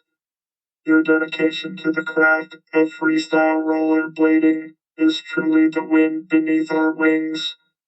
A gentleman and a scholar, we are impressed day in and day out by your grace on the roller rink. Eat an entire barbecue chicken pizza, and happy birthday, you stallion. Happy birthday, Nicholas. I am the birthday robot. Special robot greetings go out to my favorite 80s robot, Johnny 5. Number 5 is 38 years old this year and is still alive. Number 5 is alive. Thank you, birthday robot.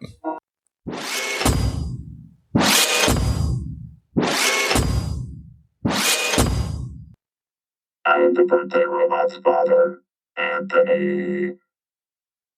Please do not use my son, the birthday robot, to give other robots birthday shoutouts. Robots do not have birthdays. Julian Titus, am I a fucking game to you? No, you're not. Thank you. Please let my son perform his functions. Okay.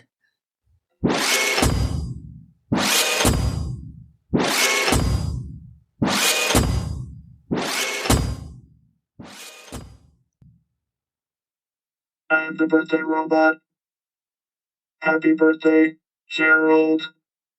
Hey, Mr. Tambourine Man, play a song for us. And you always do.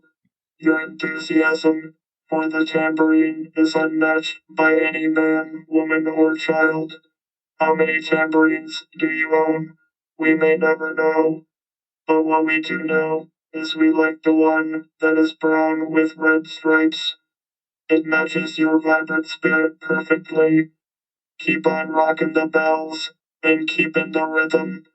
Happy birthday, Gerald. I am the birthday robot. Thank you for letting me perform my functions. Thank you, birthday robot. Oh, I'm back from the bathroom. Did anything cool happen while I was gone? Man, these birthday robots, Justin, I don't know. This is intense. Oh, did they show? Oh, that's good. That's good. I'm glad they came back. That's good. Dude, have you seen Anthony? Yeah, no, he's cool. Yeah, he's a cool guy. He's intimidating as fuck, dude. I almost cool. wet myself. He's cool. I mean, he doesn't seem very cool, Justin. I mean, he can be a little intimidating, but you got to get on his good side. I don't think he's probably not mad at you. I hope not. I mean, it's not. I did read the Discord where somebody was. He did say something about that, Julian, but Yeah. I mean, it's listeners beware. Yeah, don't you don't want to go too far with the birthday robot shoutouts. It could be a whole thing. Yeah, you'll get Julian in a lot of trouble with Anthony, and it's good if Julian is alive. Yeah, I would like that. Yeah. Also, I should have mentioned if listeners have any video game questions, hints and tips that they want for Colt Mangum. Yeah. I will have a new place in the Discord for that in case you want to get a hold of him, and we'll see if we get enough of them. Then I might ask Colt to come back in and handle those, but we'll see. You never know. Our listeners are really good at video games, so they might not need they're any excellent help. at video games. Yeah. They're probably the one Colton is up against, Yeah. Boy, you're just not going to... Yeah, it's going to be a problem if Colt comes back. I'm sure it'll be fine. I don't know. I don't know why I keep doing that, but it's fun to me. I'm having a great time. But yeah, that's the only other new weird thing I did is I always talk about the Simple and Alley show. And I learned this week that they made a bunch of in 2012 through I think like 2013, they made video game reviews for fake video games, and they're fantastic. I love them. Not everything holds up super great, but it holds up well enough, I think, that I enjoyed it a lot. And I have the stupid pie song in my head. It will not go away. Yeah, I'll throw that playlist link in the good. Show notes. Yeah, it's pretty good. I showed Julian one about Mass Effect, and then that one was good. Yeah. Oh man, fucking good old stuff. Anyway. Yeah. Yeah. I don't know that I felt like there might have been something else that I had, but I don't. Yeah. I think I lost it. So if might just save it for next week if I think about it between now and then. Yeah. But I think otherwise we should move on to questions, comments, and concerns. I think so. I think so. Cool. Yeah. All right. Well, you can always send us your questions, comments, and concerns. There are multiple ways to do so. You can email us. Our email address is thestageselectpod@gmail.com. Mm-hmm. You can DM us on Twitter @stageselectpod. There is a channel in the Discord for questions, comments, and concerns, and that Discord link you can find in our link tree in the show description. Also, if you are a patron, you can throw a comment on the episodes, and we'll read those as well. Mm-hmm. We'll start off with email. This comes to us from Casey, who says, "What's a soapbox that hasn't come up naturally and you want to rant about? Could be game design, industry, or culture." Okay. And I almost saved this until next week because I wanted to chew on it a little bit, but then I was like, oh no, I've actually got something that actually fits this perfectly because it is something that I thought about wanting to rant about, but it never just came up in the show naturally. Yeah. So I can go first if you absolutely. Yeah. Yeah. I've been thinking about this a lot lately. I think because I've been trying to get out a little bit more and realizing just how much the pandemic, messed me up in the head as far as becoming practically agoraphobic and really not inclined to leave the house very much and stuff like that. And also I guess with the elections coming up and everything, because the same asshole who was in office back then wants to be in office again. And I was thinking, I've thought about this a lot, even back then, even back in 2020. But he was a terrible president. Let's make no bones about it. But he actually could have done something that would have made everybody look at him a lot more favorably at the time, because he always talks about making America great again, and what there's a lot that means a certain thing, right? To those people, right? But I think that a lot of it is when his generation thinks about when America was great, it's usually right after World War II, because that is when America kind of ascended as the major world power, right? But a lot of the reasoning for that is because of the country kind of pulling together and sacrificing a lot during the war, right, for the greater good, right? A lot of regular citizens had to do without in order to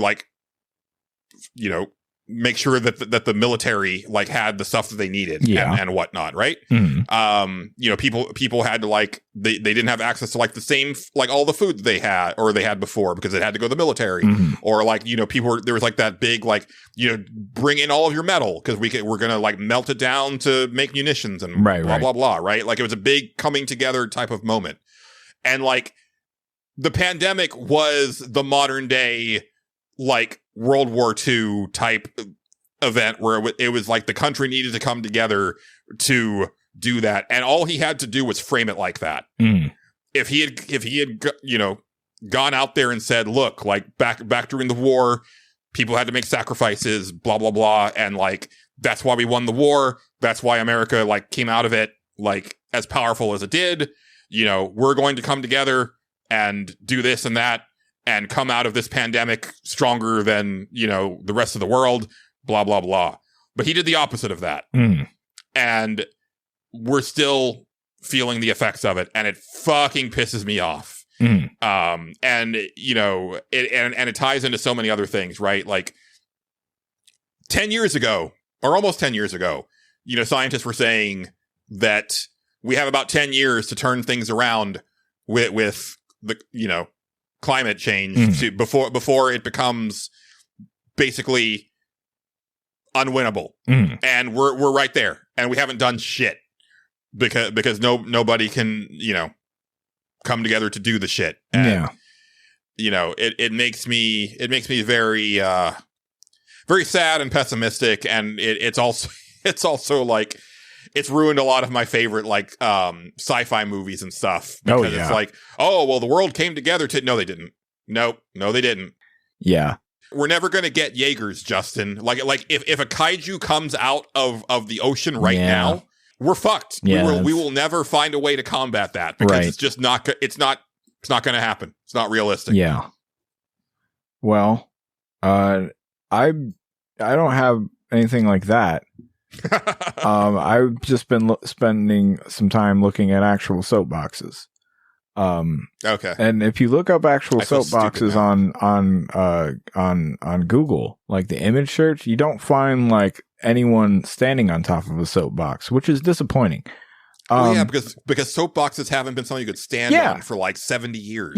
Yeah. So you just get a bunch of like soap packaging, and it's just cardboard. I mean, it's just really thin cardboard, and that's your soapboxes now. Like you can't stand on that. Like what was like an old soapbox? What did it look like?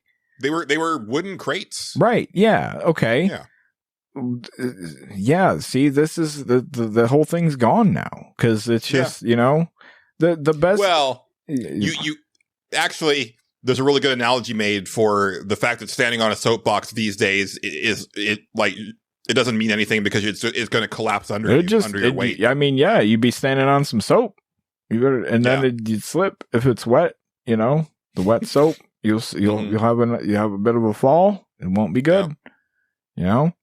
There's some nice. There's one package here from this Wax Botanica. It's got like 6 soaps, 6 gift set of 6 triple butter soaps. But that's also in another box. I want some triple butter soap. Triple butter soap sounds pretty all right, Julian. Yeah, and then you just put me in the oven. I think it's like 40 minutes per pound. So it's going to be a while. Right. But I'll come out nice and juicy. Right. Yeah. There's a box that just says soap. That's good.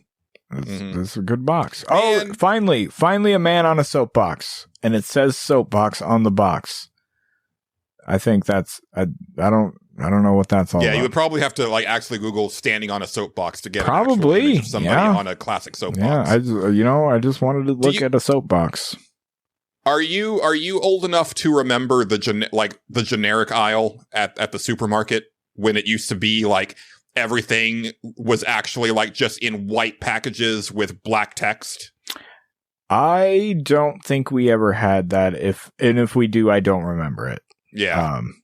I think it happened like fairly early on in my lifetime where it switched where the supermarkets ended up having like they had their generic brands, but they actually put branding on them. Yeah. Which defeats the purpose of the whole idea of generic, which was they didn't have to spend any money on packaging or design or whatever, so that's why the stuff was cheaper. Where now it's like the generic stuff at like my local HEB is like slightly cheaper than the regular stuff because again they put a lot of money and marketing into marketing their store brand. Yeah. But no, I remember as a kid going to the generic aisle and like generic cereal, which was just like it would say like frost not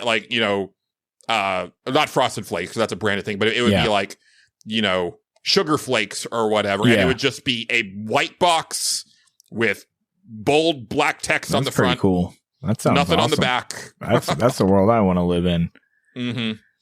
What the fuck is cowboy spaghetti? I'm still also searching through that recipe website, and I don't know with chili on it. Maybe. No, it is. Everyone will love this cowboy spaghetti. It's got bacon, cheese, and pasta, and a spicy beef and tomato sauce. Take that. Doesn't say anything about chili. No, that's just spaghetti. Well, nope. Cowboy spaghetti, Julian. No, that. Okay. See, now we got a new soapbox. You can be upset about this recipe, this cowboy spaghetti recipe. No, but seriously, I don't really have any good soapbox things you are, because you are very content to, play your games and just you are so much the dude. You just abide. Yeah. I'm very jealous of it. Yeah, that's kind of how I roll. Yeah.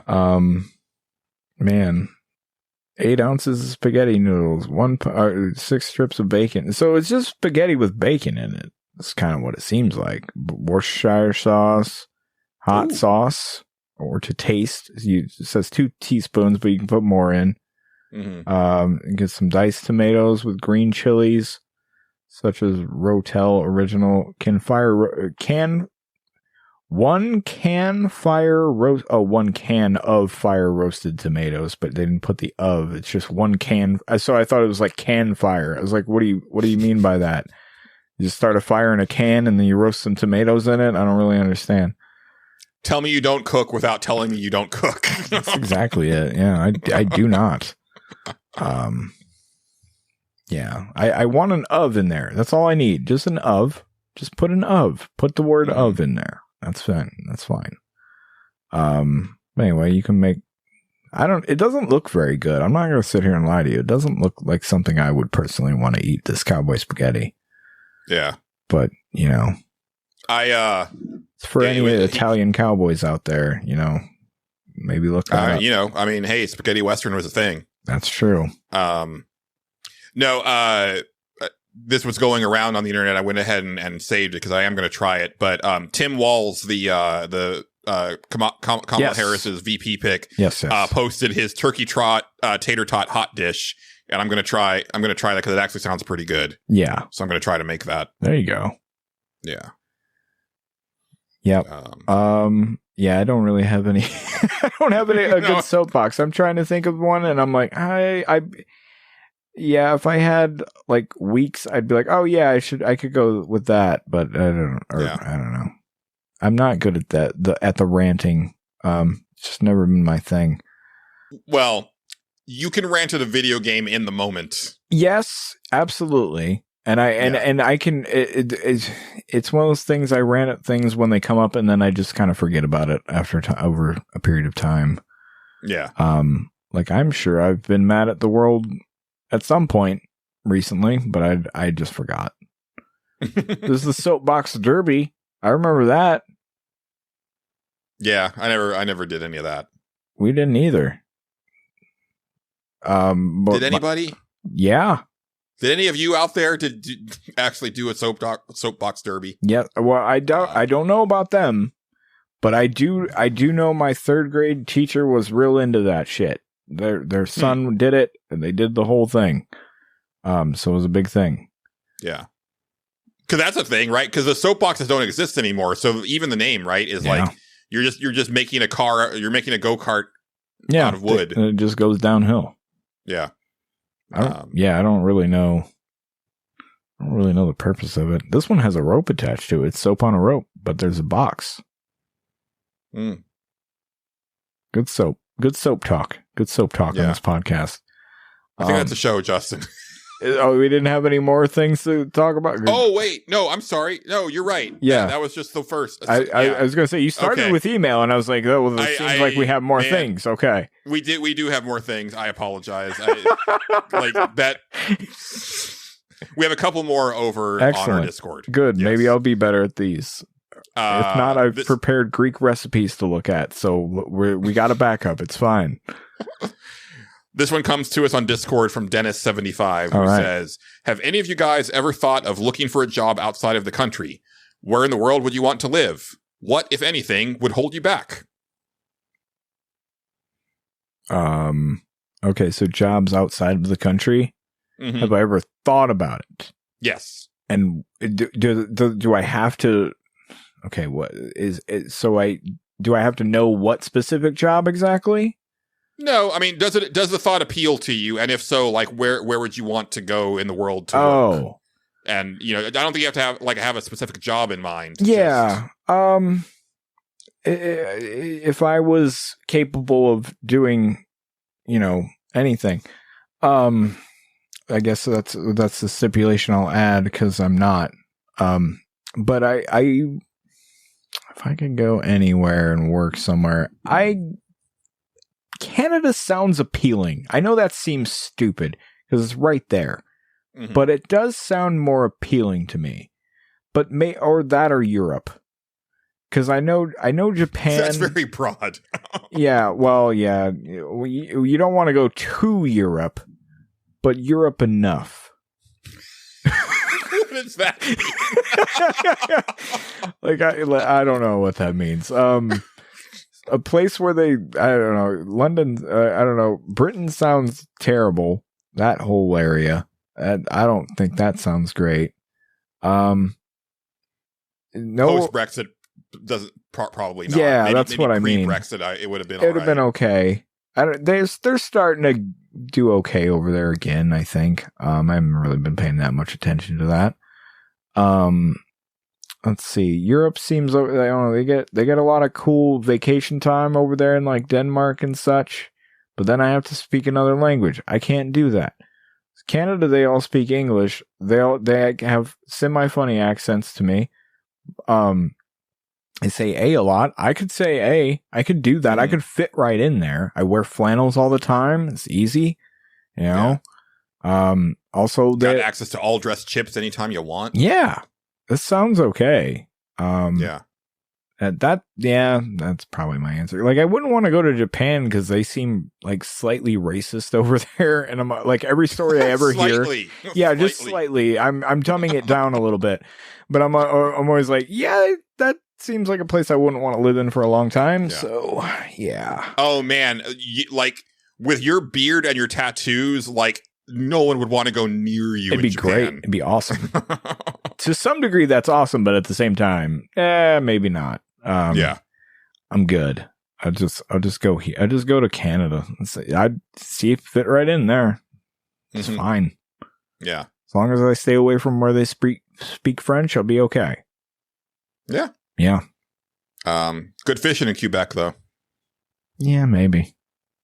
Might be. There's some people in the audience who are smiling right now. Okay. I'm sure it's probably a Letterkenny joke. I'm gonna guess. Yep. Yeah, I got it in one. Yeah. I don't know. I don't know if I told this ever on Nerds Without Pants, but back around 2010, sounds about right. Friend of the show, John Gholson, was actually working at the same landfill that I did. Okay.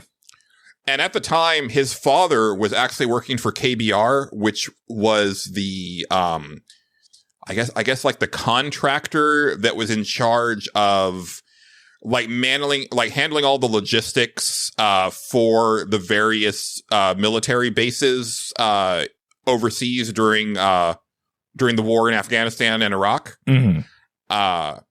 And he actually had, told John, hey, they're hiring, right? And John told me about it, and he was like, hey, man, we should go do this together. And so here was the deal. So you would go for training and it was like an entry level position. So like you didn't need college or anything like that. But like you would spend I think like a month training like in Houston or something like that. Okay. And then you would deploy. I think this job was for Afghanistan. Okay. And you were only going to be on the base, right? So you weren't going to be like leaving the base. The base was set up, like he said, like, yeah, they've got like a food court there. They've got like, shops and stuff like that. They're very set up. Yeah. Yes. The starting salary was $70,000 a year, Justin. Okay. If you lasted a full year, you got paid. It was paid tax free. Oh, wow. Yeah, that's pretty good. You got a month of leave. And also they would pay for your travel expenses. Oh, nice. So like if you wanted to spend part of that month on leave to go to New Zealand. Okay. Right. Or Japan. Right. Or something like that. You can do it. Yeah. Also you're making like what is an ungodly amount of money to me, you know. So also you've got like plenty of folding cash for like taking the trips. Right. Now the downside is that it was I think 12-hour shifts 7 days a week. Yep. But in 2010, I could totally like no problem, right? Yeah, especially for that money.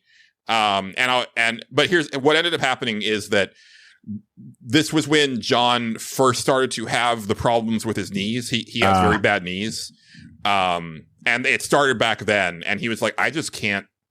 I don't think that I can do it. Right. Because he was having trouble working at the landfill. Like there would be days when like he would get hit with like a gout attack or something like that. And, because it was a very like mobile job and he would have to call in and he just couldn't do it. He's like, yeah, I just don't think that I can handle, like 12-hour shifts 7 days a week. Right. Yeah. Though that'd be rough.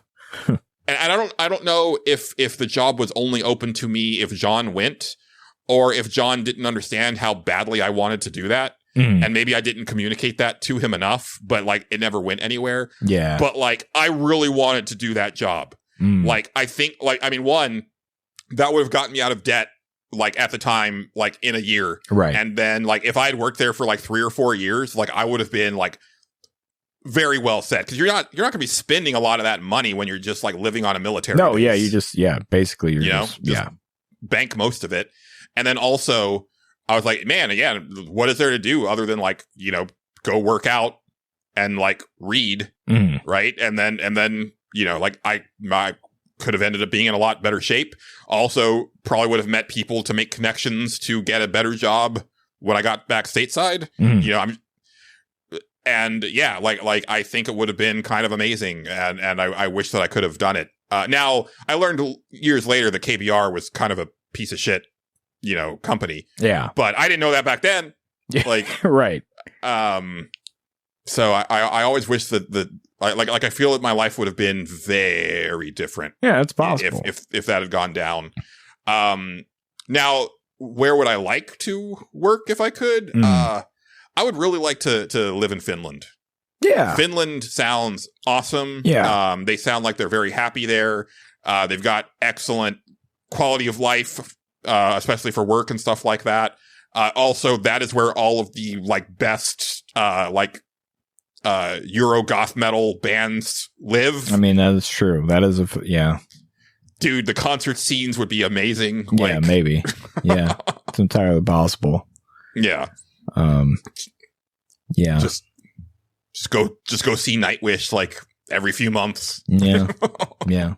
Yeah, I always forget in Europe how many people actually, like, just speak English because America's stupid. Because it's constantly a concern to me where I'm gonna go there and I'm not gonna know the language, and I'm just gonna fucking go to hell, basically. And I'm just like, oh, this sucks. I shouldn't have come here. But I often forget that other countries are smarter than us. And they do. Well, and also, I think, you know, there's a lot to be said about, like, when you immerse yourself in a culture, you start to pick stuff up. Yeah, right? you definitely would. Yeah, the amount of like Mexican stuff that I know from working with a lot of those people were, like, back in the day, like. Mm-hmm. Yeah, like I knew a decent amount of Spanish before I started working at the landfill, and then, like, after, like, working at the landfill, I picked up a ton more. Right. Yeah, exactly. Yeah. When I worked at Krispy Kreme with the people that I worked with, I had to pick up a lot of it because the people that trained me did not speak English very well. So I had to kind of adapt or die. I never, like, I cannot speak it fluently or anything like that. Oh yeah, no. Hell no. But I can sometimes understand things more than I think I can every now and then. But yeah, I do think that if I did move to another country, like, I would really make a concerted effort to learn the language. Like, in the Incredible Hulk movie, the one that Edward Norton stars in, like, he's in Brazil at the beginning of the movie, and what he does is he's, like, watching Sesame Street in Portuguese. Yeah, like, just on public television, he gets, like, a Portuguese thesaurus out, and it's kind of like helping him learn the words and stuff like that. It's like, I would do stuff like that. Yep. I would have, like, you know, Duolingo going and, like, some other stuff, and then also just being around people speaking it. Right. Like, I think I would learn it. Yeah, you could. Yeah, for sure. Try anyway. You know. Yeah. I the only story I have about somebody working in another country is I once dated a girl who worked in China, they worked in China. And I can't remember exactly what it was. I think they were, like, an English teacher there. But they weren't like, obviously they weren't like, they didn't go to college or anything for it. They just went to China to teach English or something. Right. I don't remember exactly how it worked. But they basically just described nightmare scenarios about working there to me. And I was like, oh, okay. Yeah. That's a place I don't want to really go, and I've been scared to even think about going to that country ever since then. Oh yeah, I would never want to go to China. Yeah, they lived, and I don't remember the name of the city. It was like a smaller place, like a smaller town in China, and I remember that at some point they got sick while they were there. and they were describing like scenes at the hospital to me that they were like just randomly seeing, because none of it's like covered up. There's no rooms or anything. It's all just kind of out in the open in a Chinese hospital. And like, they're like, yeah, it was just, it was like shit you would see in a horror movie. Basically. It was like that kind of bad. It like is worse than you can probably imagine. There was like just a kid with like a tube just sticking out of his forehead. And you're just like, what? Like, it's terrible. It sounded awful. I was like, oh, well, I don't want to go to that country now. Yeah. But at the same, but they had plenty of good stories too. I just can't remember any of them. That was enough to where like, oh, okay, yeah, I'm good on going there. That sounds terrible. But yeah, other countries. I think the pandemic, and then also just like, I don't think that I'll ever be able to afford to go to another country. Yeah. I think it's passed me up. Yeah. So. Oh, you know, one place actually, that I wouldn't mind going to, New Zealand. New Zealand sounds okay. That, you know what? That I changed my answer from Canada to New Zealand. They seem all right there. That would be cool. That seems like a very pretty place to live. And all their video games come out first. That's true. Yeah. Yeah. But they're really expensive. Well, you know what? If I had enough money to work and live in New Zealand, I'd probably least of my concerns, you know? Yeah. So what are you going to do? I used to be friends with a cam girl that lived in New Zealand, and I always wanted to go visit her because she was really cool. And like, it's New Zealand. I mean, yeah. Seems like a go cool to Middle place Earth. Yeah. Seems like a cool place to visit, you know? Yeah. All right. What else we got? We have a comment actually on the Discord from Philip, who says, I cannot stop thinking about Until Then. If I said it once, I'll say it again. This is your fault. I would have never thought of playing Until Then if it wasn't for you guys. This all started back in 2022 with Immortality and Pentiment. In my mind, they are all the same style of game, whether or not that's true. Being a Dick and the NLT games also fit in this bucket. Thank you. To which I say, why did it only take you till 2022? Like, there's tons of stuff that we've talked about over the years. I know you've been with us for longer than that. Yeah. Like, how did it take you until that long to be like, I should probably check out one of these games that Julian and Justin are talking about? It was probably my fault. I don't know. Yeah, maybe they just got sick of hearing about it, and they were just like, all right, fine. And now they're into it. Because you would have been on Nerds Without Pants like 3 years in 2022. So. It was like 2018 or something that I was on this show. I don't even remember now.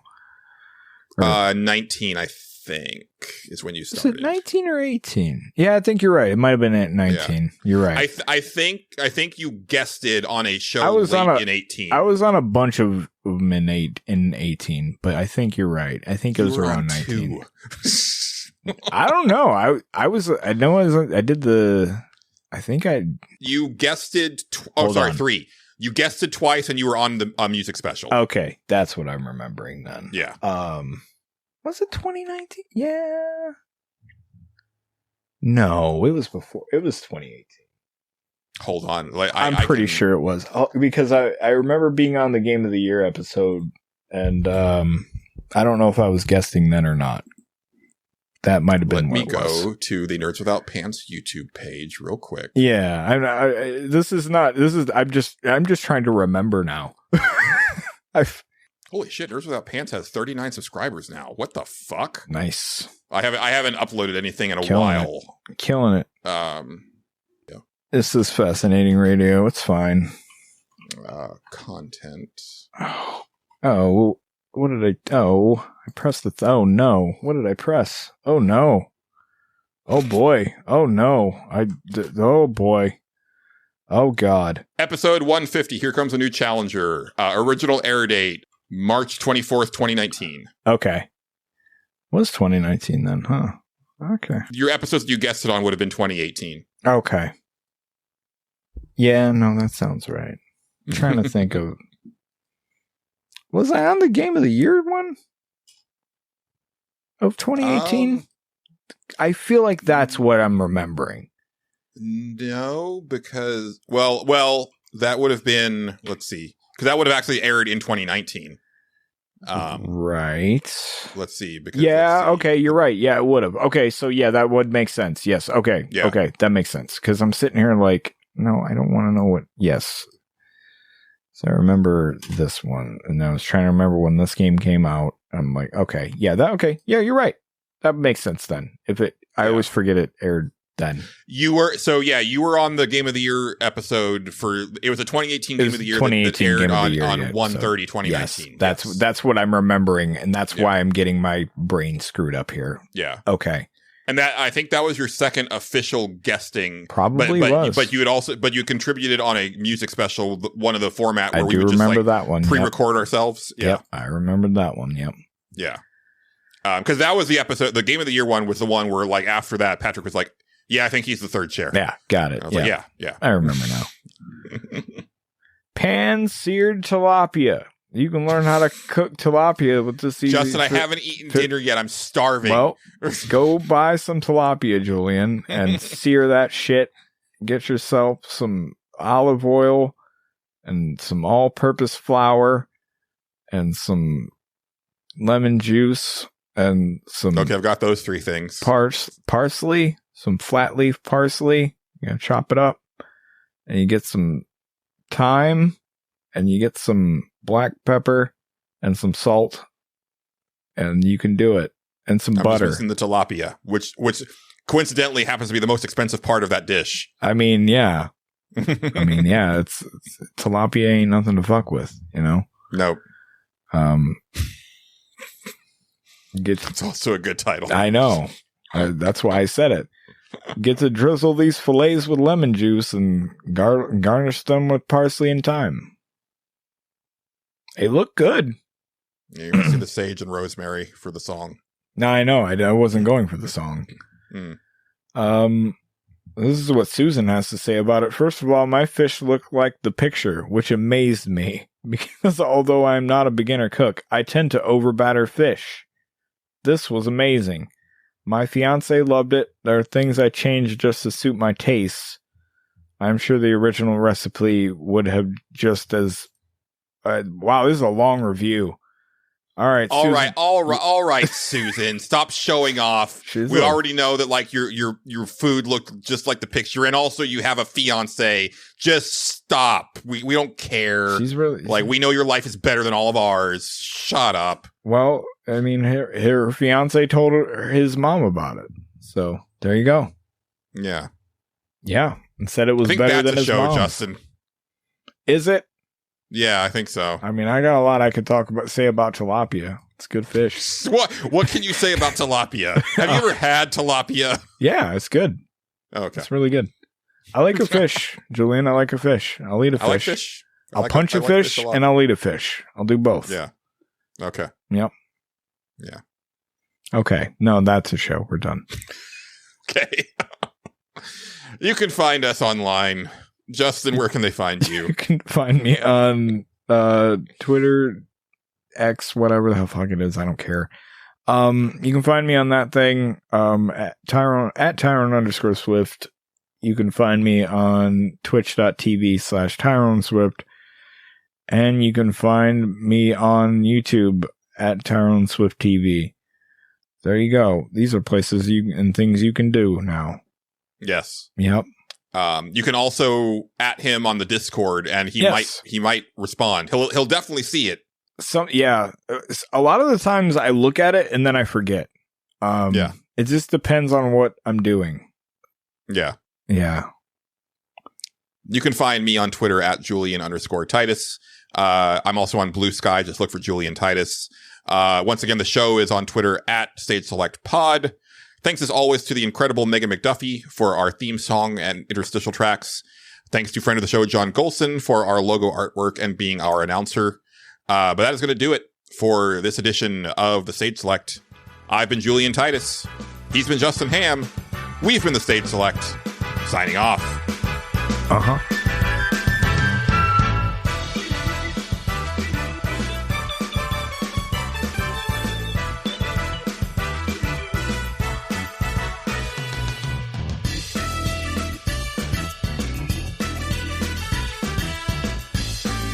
The Stage Select is copyrighted and owned by Space Monkey Mafia Productions, specializing in independent podcasting. Please consider sharing the show with your friends and support us by joining our Patreon or donating to our coffee.